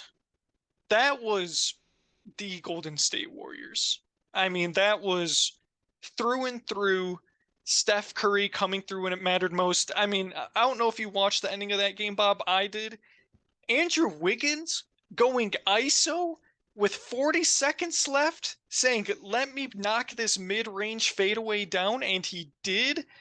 Ice cold. Steph dribbling around, like he's playing high school basketball, dribbling underneath the basket, gets a little opening, gets the and one. I don't see the 2-0 kid anywhere, Bob. I don't see the 2-0 kid flashing the 2-0 sign to Steph Curry. The Kings are in trouble, Bob. The Kings are in trouble.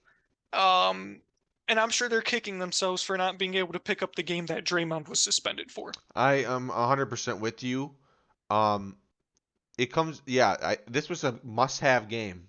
I think if you're the Sacramento Kings, they are definitely on death's door, going back to Oakland or the Bay or whatever. But to the Bay, Bob. But I think you summarized it kind of. You alluded to it earlier, but two players really stand out for me. The Golden State Warriors. I mean, you mentioned Andrew Wiggins, who was big time and has been big time for them in the playoffs, which really nobody saw coming.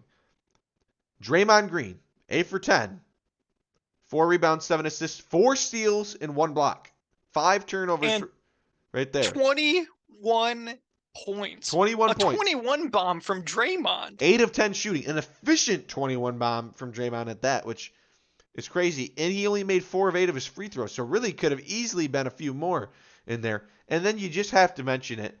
Wanted to do it right bench baller, but doesn't qualify because he starts. Kevon Looney with 22 rebounds and 7 assists And 4 points, Bob. A 4-point game for Kevin. Listen, I ripped the past couple of years. I would rip on Kayvon Looney. Absolutely rip on this guy for being a bum. 7 offensive rebounds single-handedly. I mean, this is a team that if you look at their lineup, rosters on their depth chart, 0 centers.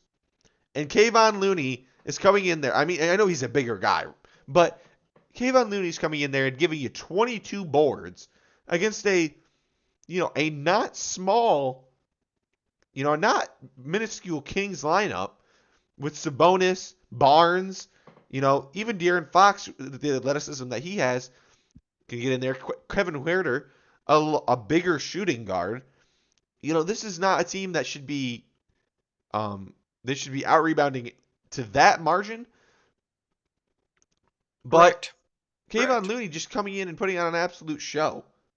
So I mean, like you said, Derek, not trying to be too long-winded on it, but it was 100% a game the Kings had to have. They're kicking themselves. This series is over in my book. It's over. I mean, just a couple missed opportunities, not being able to pick this one up at home. Game 4, Harrison Barnes missing the game winner, a chance for redemption for the team.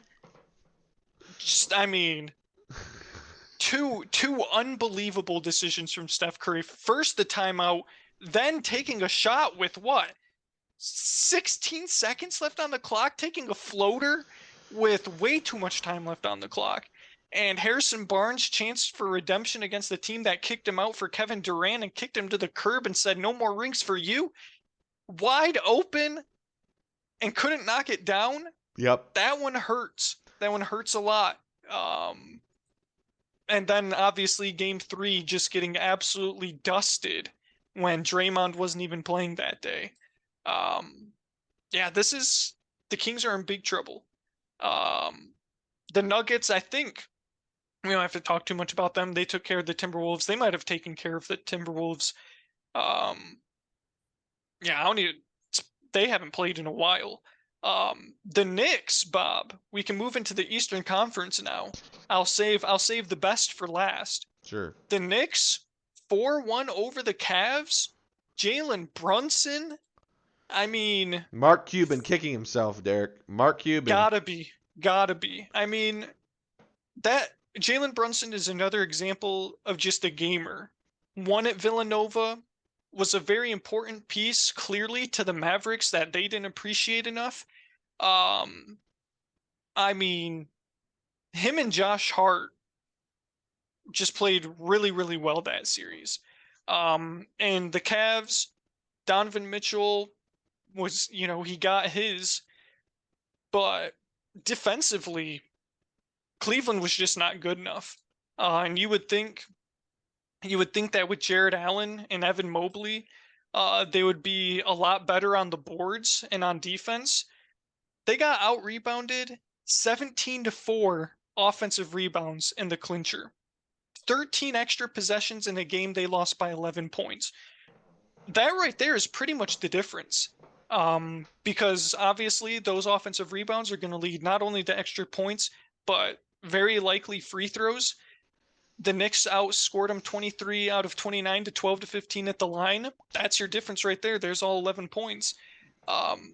Yeah, you would have thought that, the Knicks were the clear number 4 seed and the Cavs were the 5 seed that just so happened to be better than the rest of the 6, 7, 8. Yeah, granted, it was against Cleveland, who still has enough problems to work out on their own, but a rather impressive series win for the Knicks, I think. I would say so too, and this was coming with, the Knicks won this game shooting 43% from the field, getting 13 points from Julius Randle.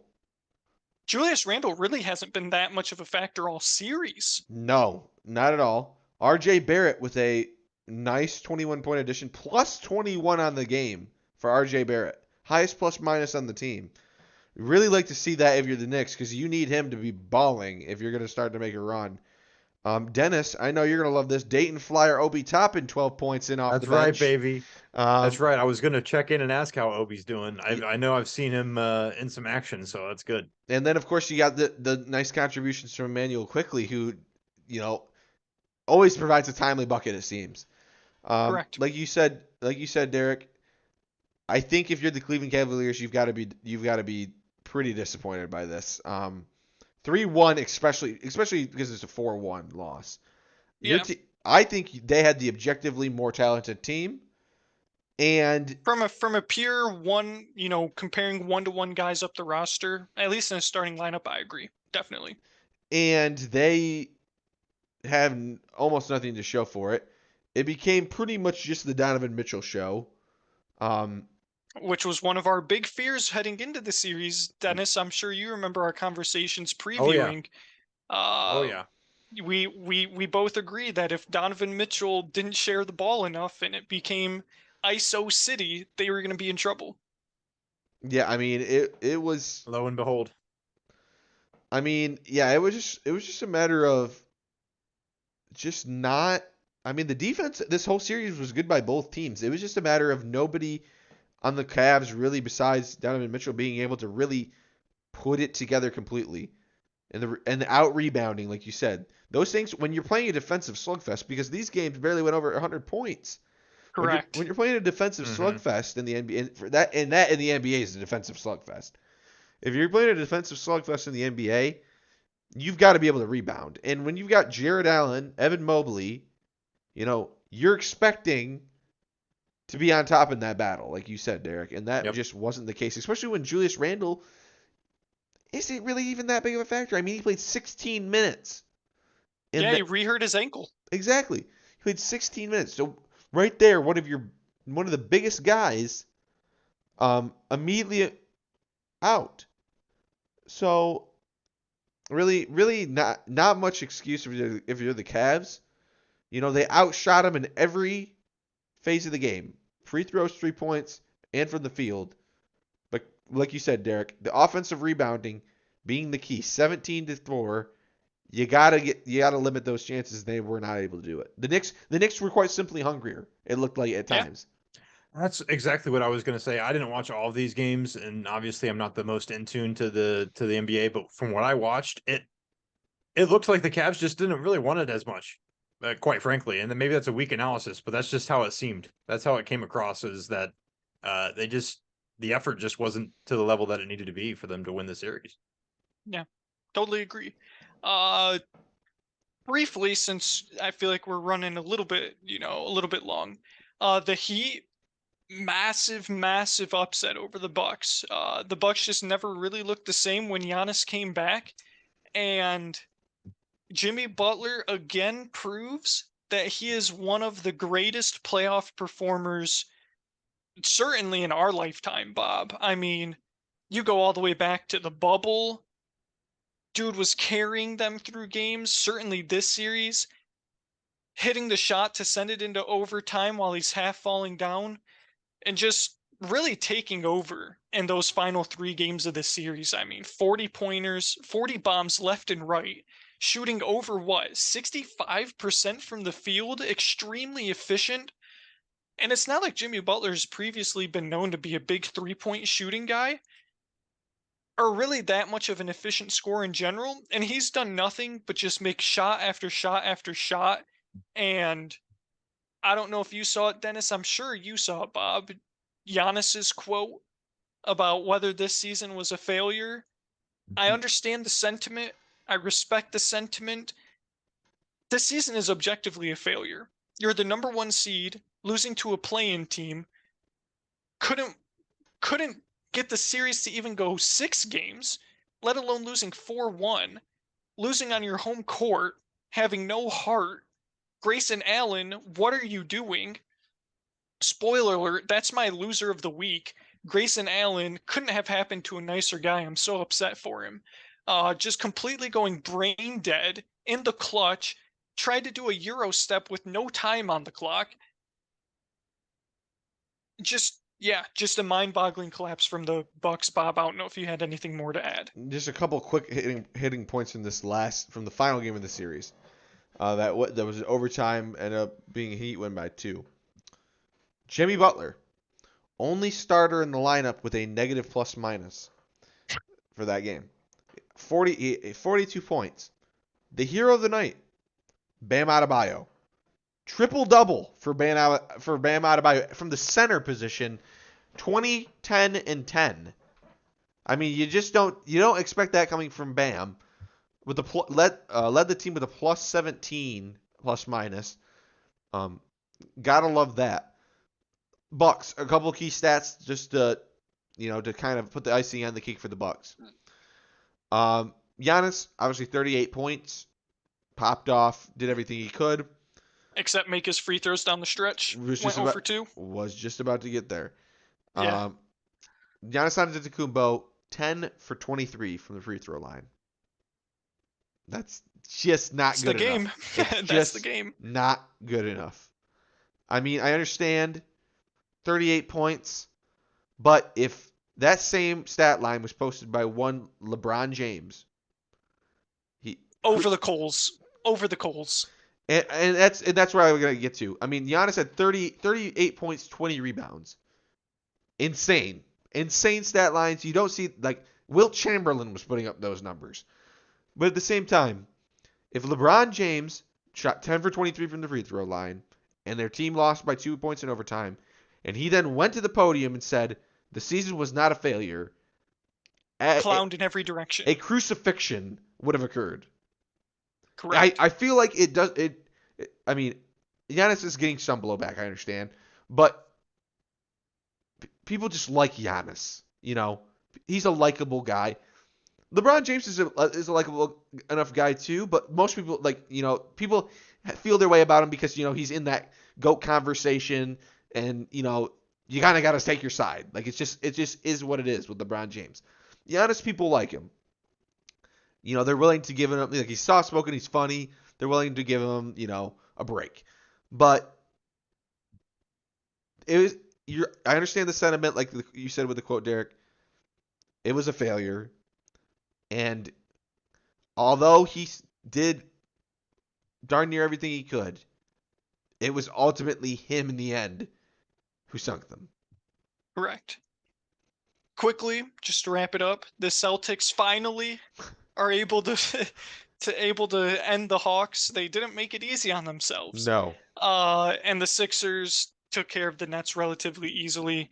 Doc Rivers, all-time quote, "Don't play with your meat." Just all-time clip from Doc Rivers on that one.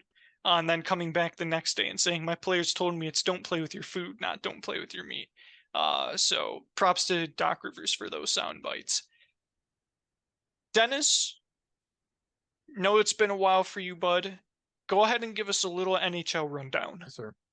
Yeah, I'll give you a little bit of a rundown. I'm obviously not the go-to, on this, but I've been taking some interest in the Stanley Cup playoffs because I think they're a lot of fun. We had our first team move on to the second round tonight. That was the Vegas Golden Knights. The Vegas Golden Knights taking care of the Winnipeg Jets 4-1. Everything else is headed to Game 6. Everything else is a 3-2 series across the board. So that would be the Oilers and Kings is one that I would definitely watch. I think they play again on Saturday. Oilers with the 3-2 lead in that one. That's been probably the series that I followed the closest. I mean, just some crazy stuff going on. Just some crazy stuff. I think there's been 3 OT games. Just wild comebacks. The Oilers came back from 3-0 down in the first period the other night. We had overtime goal reviews after pucks hitting off of high sticks behind the net. I mean, all sorts of things going on. Definitely get your eyes on that.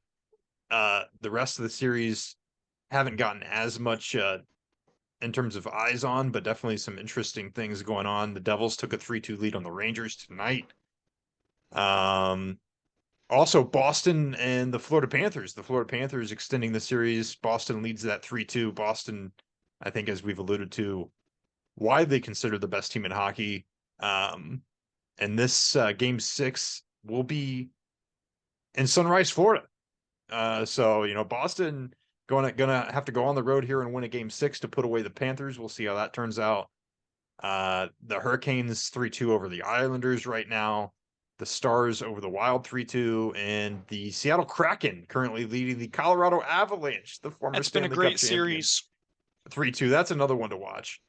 Yeah, That's definitely fun.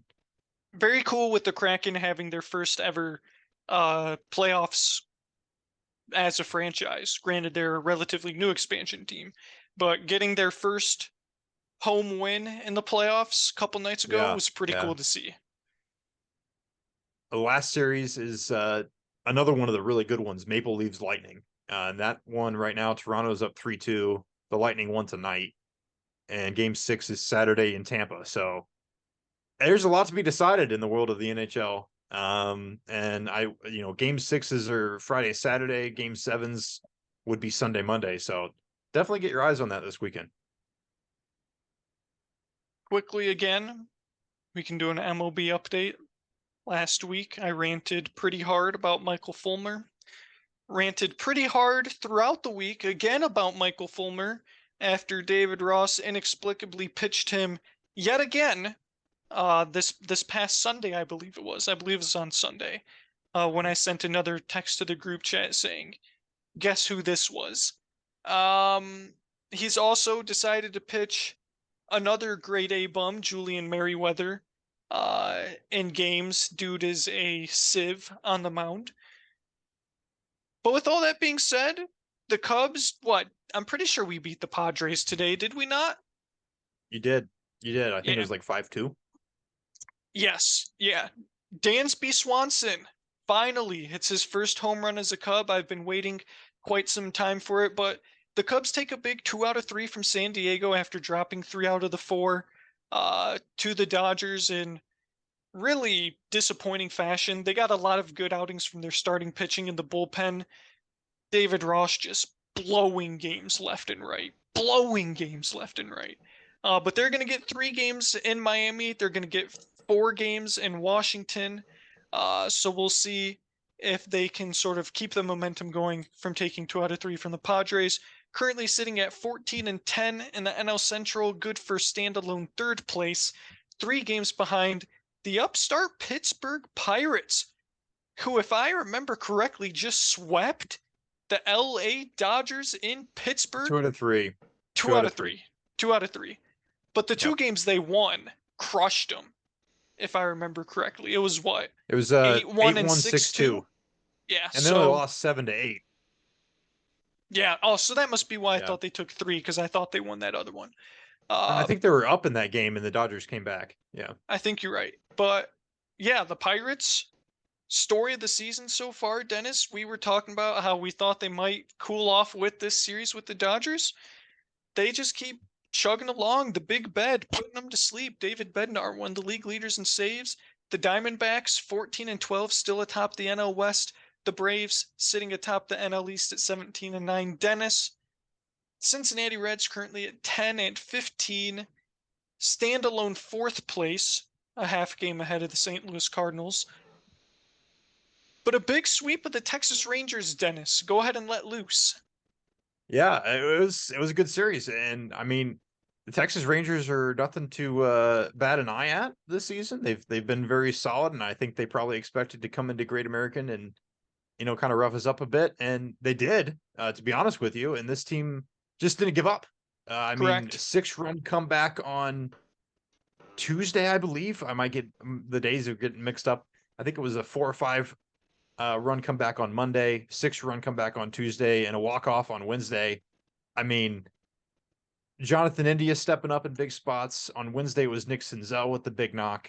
I mean, this team is just it's they're not going to give up. And you do love to see that. They're still not a very good roster, and they're not going to have much success this season, but you do love to see the effort, and it was good to get a good series win there on at home against Texas. The statistic that is kind of shining through this part of the season, though, 10-15 overall, 9-6 at home, 1-9 on the road. This team cannot win on the road to save themselves. And it's unfortunate because now we had this weekend to Oakland, one of the worst teams in baseball, and I am just dead afraid that on the West Coast on the road. We're just going to lay some eggs here, and it's going to be good night. But yeah, big bounce back series after getting 4 games swept by the Pirates, Dennis. I mean, you take the bounce backs where you can get them. I know you mentioned it, but are the Pirates? And their schedule has been a little bit of a factor here, but are they for real, or is this? I mean, what are we doing? It's 18-8. Yeah, I mean, granted, they've had some softer teams. I mean, not to, rip on you any more than we already have with the Reds, but they've taken what, Yeah, we're bad. We're bad. 5 out of 7 against the Reds so far this season. They took 3 games out of 3 in Boston. Boston's not really doing that hot this year. Took 2 out of 3 from the White Sox. White Sox aren't anything special. Uh, Lost 2 out of 3 to Houston. In the 2 games they lost, 8-2, 7-0, got blown out. Split a 4-game series with the Cardinals in St. Louis. Swept the Rockies on the road, had 2 14-3 wins. The Rockies are horrible. And then again, the aforementioned 4-game sweep of the Reds, and then taking 2 out of 3 from the Dodgers. So it's unknown. It's unknown at this point. The Dodgers haven't really played that great out of the gates. I think we'll get a real good look when they play 6 games, 3 each, coming up against the Rays and the Blue Jays here in the next couple weeks. I think that'll be a pretty good barometer of just how good they really are. Because then again, they don't have the most difficult schedule for quite some time after that. So we'll see. We'll see. But I definitely think it's fair to say they are a good team. A bad team doesn't start the season 18-8. So I think we can comfortably say they are at least a good team. Correct. I agree with that. That's all accurate. It's been a bit of a surprise, definitely the story of the season, but they're better than I expected. Well, we can at least say that. Bob, the Detroit Tigers currently sitting at 9-15, which inexplicably is good enough for solo 3rd place in the AL Central, a full 3 games clear of the Chicago White Sox, who sit at 7-19. Another team that has just struggled to win on the road. Not that they're that great at home, 4-5, but 5-10 on the road ain't gonna cut it, Bob. And the Baltimore Orioles have really messed them up in the 4 games they've played with them so far. Yeah, Baltimore's 4-0. I'll say this about that. Today we lost the Orioles 7-4, and Anthony Santander finally got his first jack of the year of the Detroit Tigers. No shocker there. So when you see people getting a lot of firsts against you, it's never really a good Not sign. what you want. No. Same story. Bullpen has been improved. Batting has not been improved. So we'll just keep that going. We've been able to find a few more long balls, but the problem is that in the games that we find the long ball, we do not limit the damage. So hopefully we can put it all together at some point. Yeah. Unfortunate for the Tigers. Chase and Streve, 5 earned runs, only got 2 outs. That right there, 4-2 turns into 7-4, and the Tigers just never recovered today. So yeah, just season's a wash. You hope for some development for some of the younger guys. Riley Green has been brutal, Bob. Brutal at the plate. And Spencer Torkelson hasn't been that much better over the last 7 games. They're going to need to see something from some of these young guys. Because I'm a little scared, Bob. I'm a little scared that our first round picks are going to be busts. I'm scared. Right bench baller and winners and losers. We'll start with winners and losers of the week. Dennis, you want to start us off with your winner? Sure thing. Team we did not talk about, but I think the winner for me had to come from the NFL draft tonight. That was the Seattle Seahawks. Using their picks, at least what I thought was a pretty wise fashion, snagging potential Dan Campbell favorite cornerback in the draft, Witherspoon out of Illinois, and then also Jackson Smith and Jigba, as we talked about Ohio State receivers at length, probably the pretty clear-cut best receiver in the draft at 20. If you're a Seattle Seahawks fan, you probably feel pretty good about the night that they had. So that's my winner. Bob, your winner. I'm gonna go with the Miami Heat. Being able to pull off the 4-1 upset. I mean, I know you did get a little fortunate with the Giannis injury, but everybody thought that was just gonna turn around when he came back, and it didn't.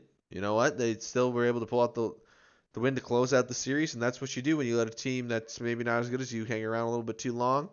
Credit to Miami for getting the job done. Yeah, I was going to go with the Pittsburgh Pirates. Felt that might be a little too easy to take them. But I am going to go back a little bit into the NHL. Just the NHL are just winners of the week. I mean, Yes, sir. if you're a Yes, sir. hockey fan, you've been entertained. And if you're not a hockey fan, just like there's nothing like NBA playoff basketball, there's nothing like playoff hockey. I mean, the intensity, the atmosphere, the fanfare, every shot feels like it has so much weight. Like you mentioned, overtime games galore. I think last Saturday, 4 out of the 5 games that were played that day went into overtime. It's It's been fun. the state of hockey is in really good shape, and yeah, I mean, just great series all around. Dennis, you're a loser. My dynasty fantasy football team. I've complained to you guys about this already.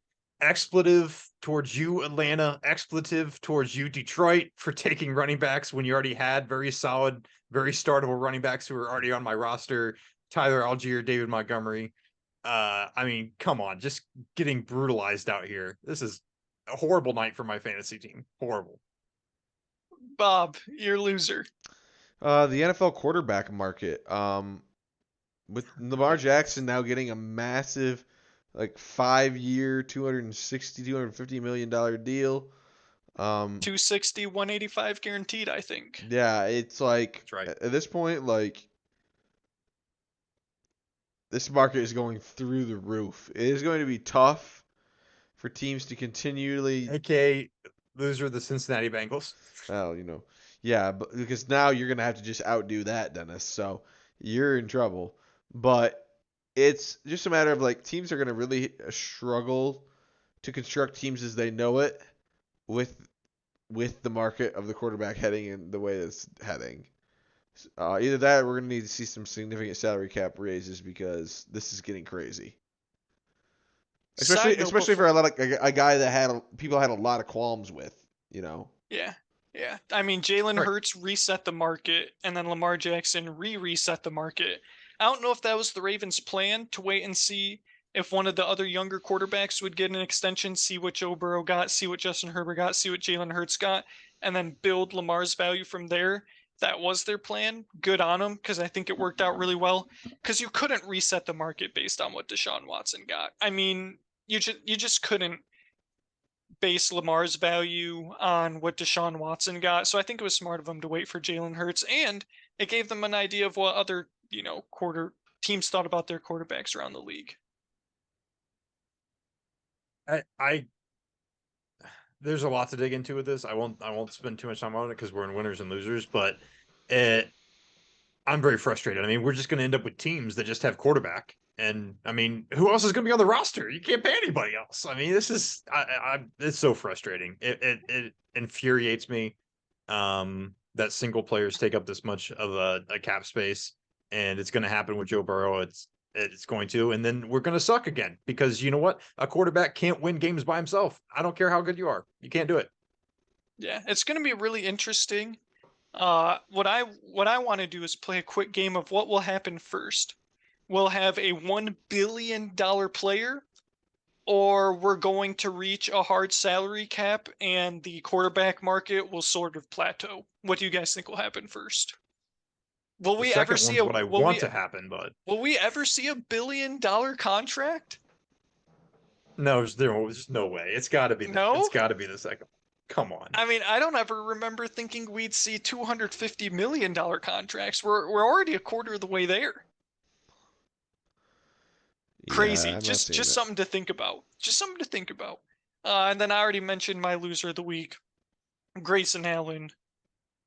Get ready to learn Chinese, buddy, because you are a Shanghai Shark. Brutal, brutal, brutal way for the Bucks to go out. Not even the ball wasn't even in Giannis's hands, wasn't in Chris Middleton's hand, wasn't in Jrue Holiday's hands. It was in Grayson Allen's hands. He had a wide open floater attempt, and what's he do? Euro step as time expires, and then didn't even make the layup anyway. So yeah, brutal way for the Bucks to go out. Dennis, you're right bench baller. Yeah, not a lot of attention or eyes on the world of golf the last week or two since the Masters, not even from me, but I did think it was worth shouting out Nick Hardy and Davis Riley for winning the Zurich Classic last week down in New Orleans. That's actually a team event, which is pretty fun. That's a best ball event.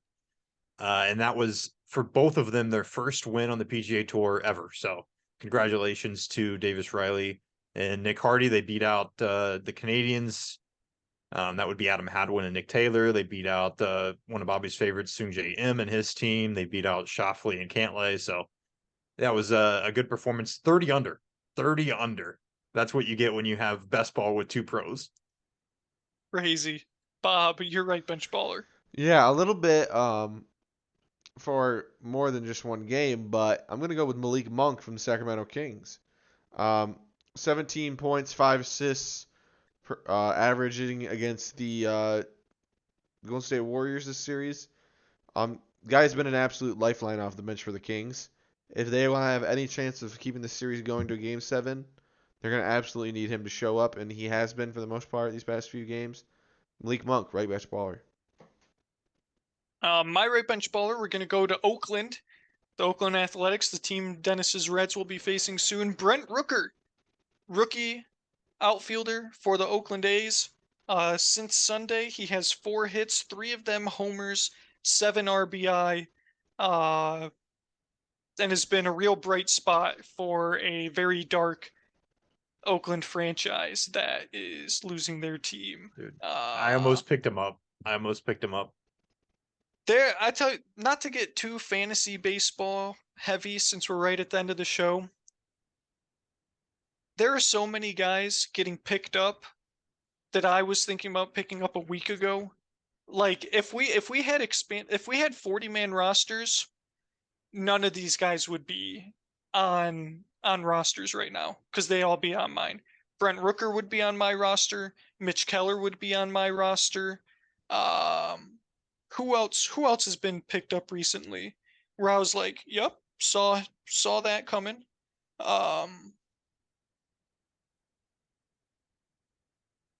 Mason Miller, that's another one. AJ Puck, he just got dropped, but that was another guy I was thinking about. Jack Sawinski was another one. Yeah, so all these, there's a lot of guys that I've been on for quite some time, but I just don't have the roster room for them. So, congratulations to everyone else. Bob, before you give us our garbage time takes your money segment for the week, I will briefly recap last week's Right Bench Baller. We had 2 games, if I remember correctly, or did we have 1? I think you made me do a double. I I think think we so did too. a double. I filled them out right away, so I couldn't remember for sure. We had the Angels Royals. The Angels won that game. The over/under was set for 8.5. The under hit, I believe it was what, 2-0? Was that the 2-0 game the Angels and Royals played with Shohei Ohtani on the mound? I think it was. And Yep. then Bob gave us a cool little prop: Royals odd or even runs. I went 3 for 3 in that game, getting the Angels, the under, and the even because I had predicted the Royals would get shut out. Dennis, you went 2 for 3, taking the Angels and even also because you thought the Royals would get shut out. But you took the over. You thought it was going to be like, what, 10-0 or something crazy like that, or I did, 10-2 yeah. or something. Yeah. And then Bob, you took the Angels, the under, and odd. Then we had the Knicks and Cavs. This was game 3, I believe. The game 3 or 4. The Knicks were favored by 2. The over/under was 211, and Donovan Mitchell's point total was set at 29.5. That game didn't even come close to hitting the over. I don't remember exactly what the score was, but it was well under 211. I went 1 for 3 taking the Cavs the over, but Donovan Mitchell scored less than 29 points. Dennis, you also went 1 for 3. You hit the under for the game total. Bob, you went 2 for 3, getting the under on the game total and the under on Donovan Mitchell's points. But all three of us took the Cavs. As we've seen, the Knicks won the series as a whole in that time frame. Bob, what do you got for us? Back to the regularly scheduled program this week. I'm going to do a series that's going to be coming up, Denver versus Phoenix. That one will be, game one will be completed on Saturday, so we'll be able to cover that a little bit more recently when we have our next pod. In Denver, right? In Denver, correct. The spread is only 2.5 points. I'm just gonna do a money line pick for this one. We're gonna throw the spread out the window. We're just gonna do a straight on money line pick because it is the first game of the series and the spread isn't even that big. The over under is set at 225 points, even. Dennis, thoughts on this one? The current favorite, if you want to know the money line odds, Denver minus 140, Phoenix plus 120. It is a pretty darn close betting match here. Yeah, I don't have a deep analysis on this one. Looks like both of these teams. It feels like both of these teams have been obviously playing pretty well and have already advanced. Should be the Western Conference Finals. Yeah, definitely an argument to be made for that. I'm gonna go with Denver here at home, especially. I mean, the line's telling you that they should be a slight favorite. We're gonna make a money line pick, so I like that side of things for those reasons. And then over under, I'll just go on a bit of a feel and say that this is going to be on the under side of things. I don't really have any analysis for that. Yeah, I'll fully admit, haven't really paid too much attention to the Nuggets this playoffs. They took care of Minnesota rather easily. Phoenix, I know, struggled a little bit with LA, and then once Kawhi went down, I mean, when you break the Scott Foster curse, you might be the team of destiny. I live in Arizona now. Honorary Suns fan, Steve Nash, one of, if not my favorite players of all time. But I'm going to take the Nuggets at home. I think I don't know what the percentage of higher seeds or 1 seeds winning game 1 at home is. I feel like it's got to be pretty good. Granted, Nuggets have been sitting for a little bit. Suns are a little more still in routine. Altitude could always play a role, and I think that'll be the thing that gets the Suns in game 1. I bet the Suns take game 2.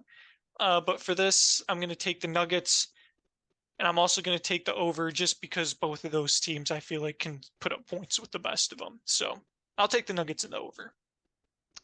And I'm right there with you, Derek. I'm going to also take the Denver Nuggets, and I'm going to take the over because both these teams are scoring about 120 points a game in their last series, respectively, which means that they're going to clear the over probably comfortably if that continues. So, yeah, I think that I think that your analysis is pretty spot on, Derek.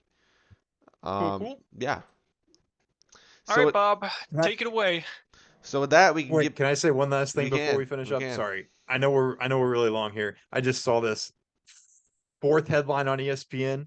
Jahmyr Gibbs, quote unquote, shocked to be taken by Detroit Lions at 12. I mean, there's the headline. That's what you were hoping for as a Detroit Lions fan, that your pick was shocked that he was taken at that. That's all I got to say. Dennis, that was completely unnecessary. Instigation.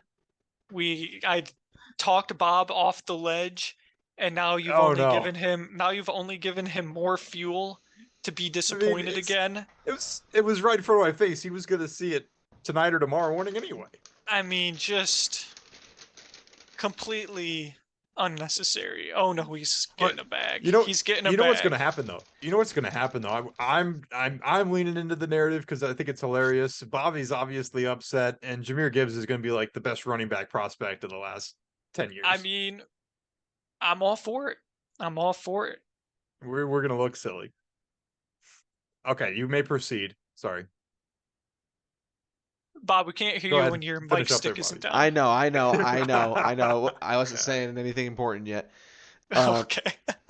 m- I was just finishing barfing Yeah. into my barf bag there, but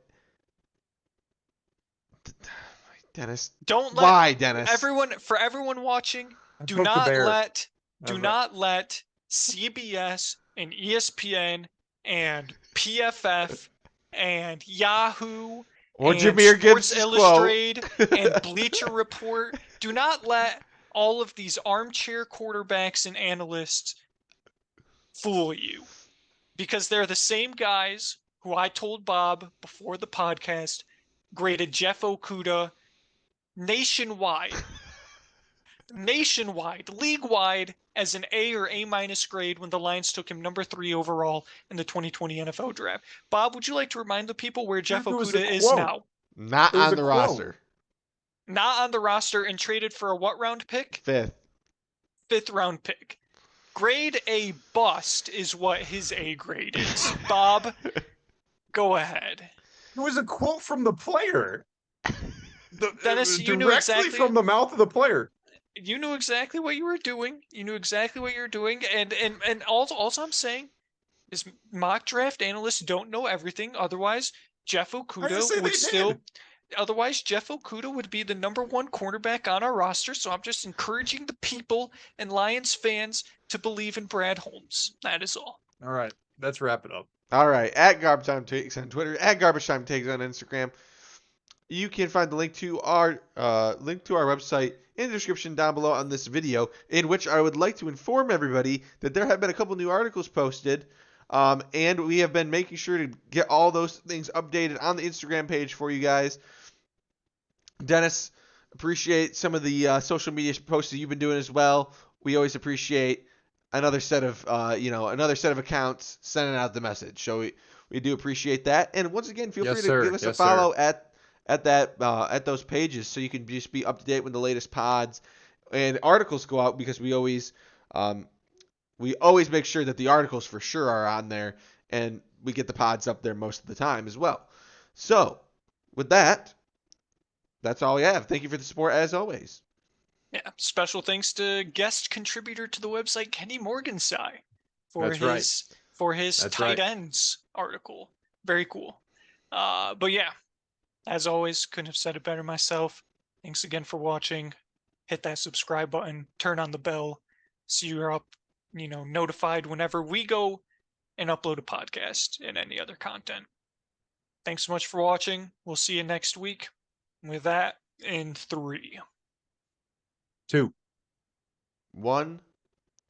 Peace. Peace. Peace.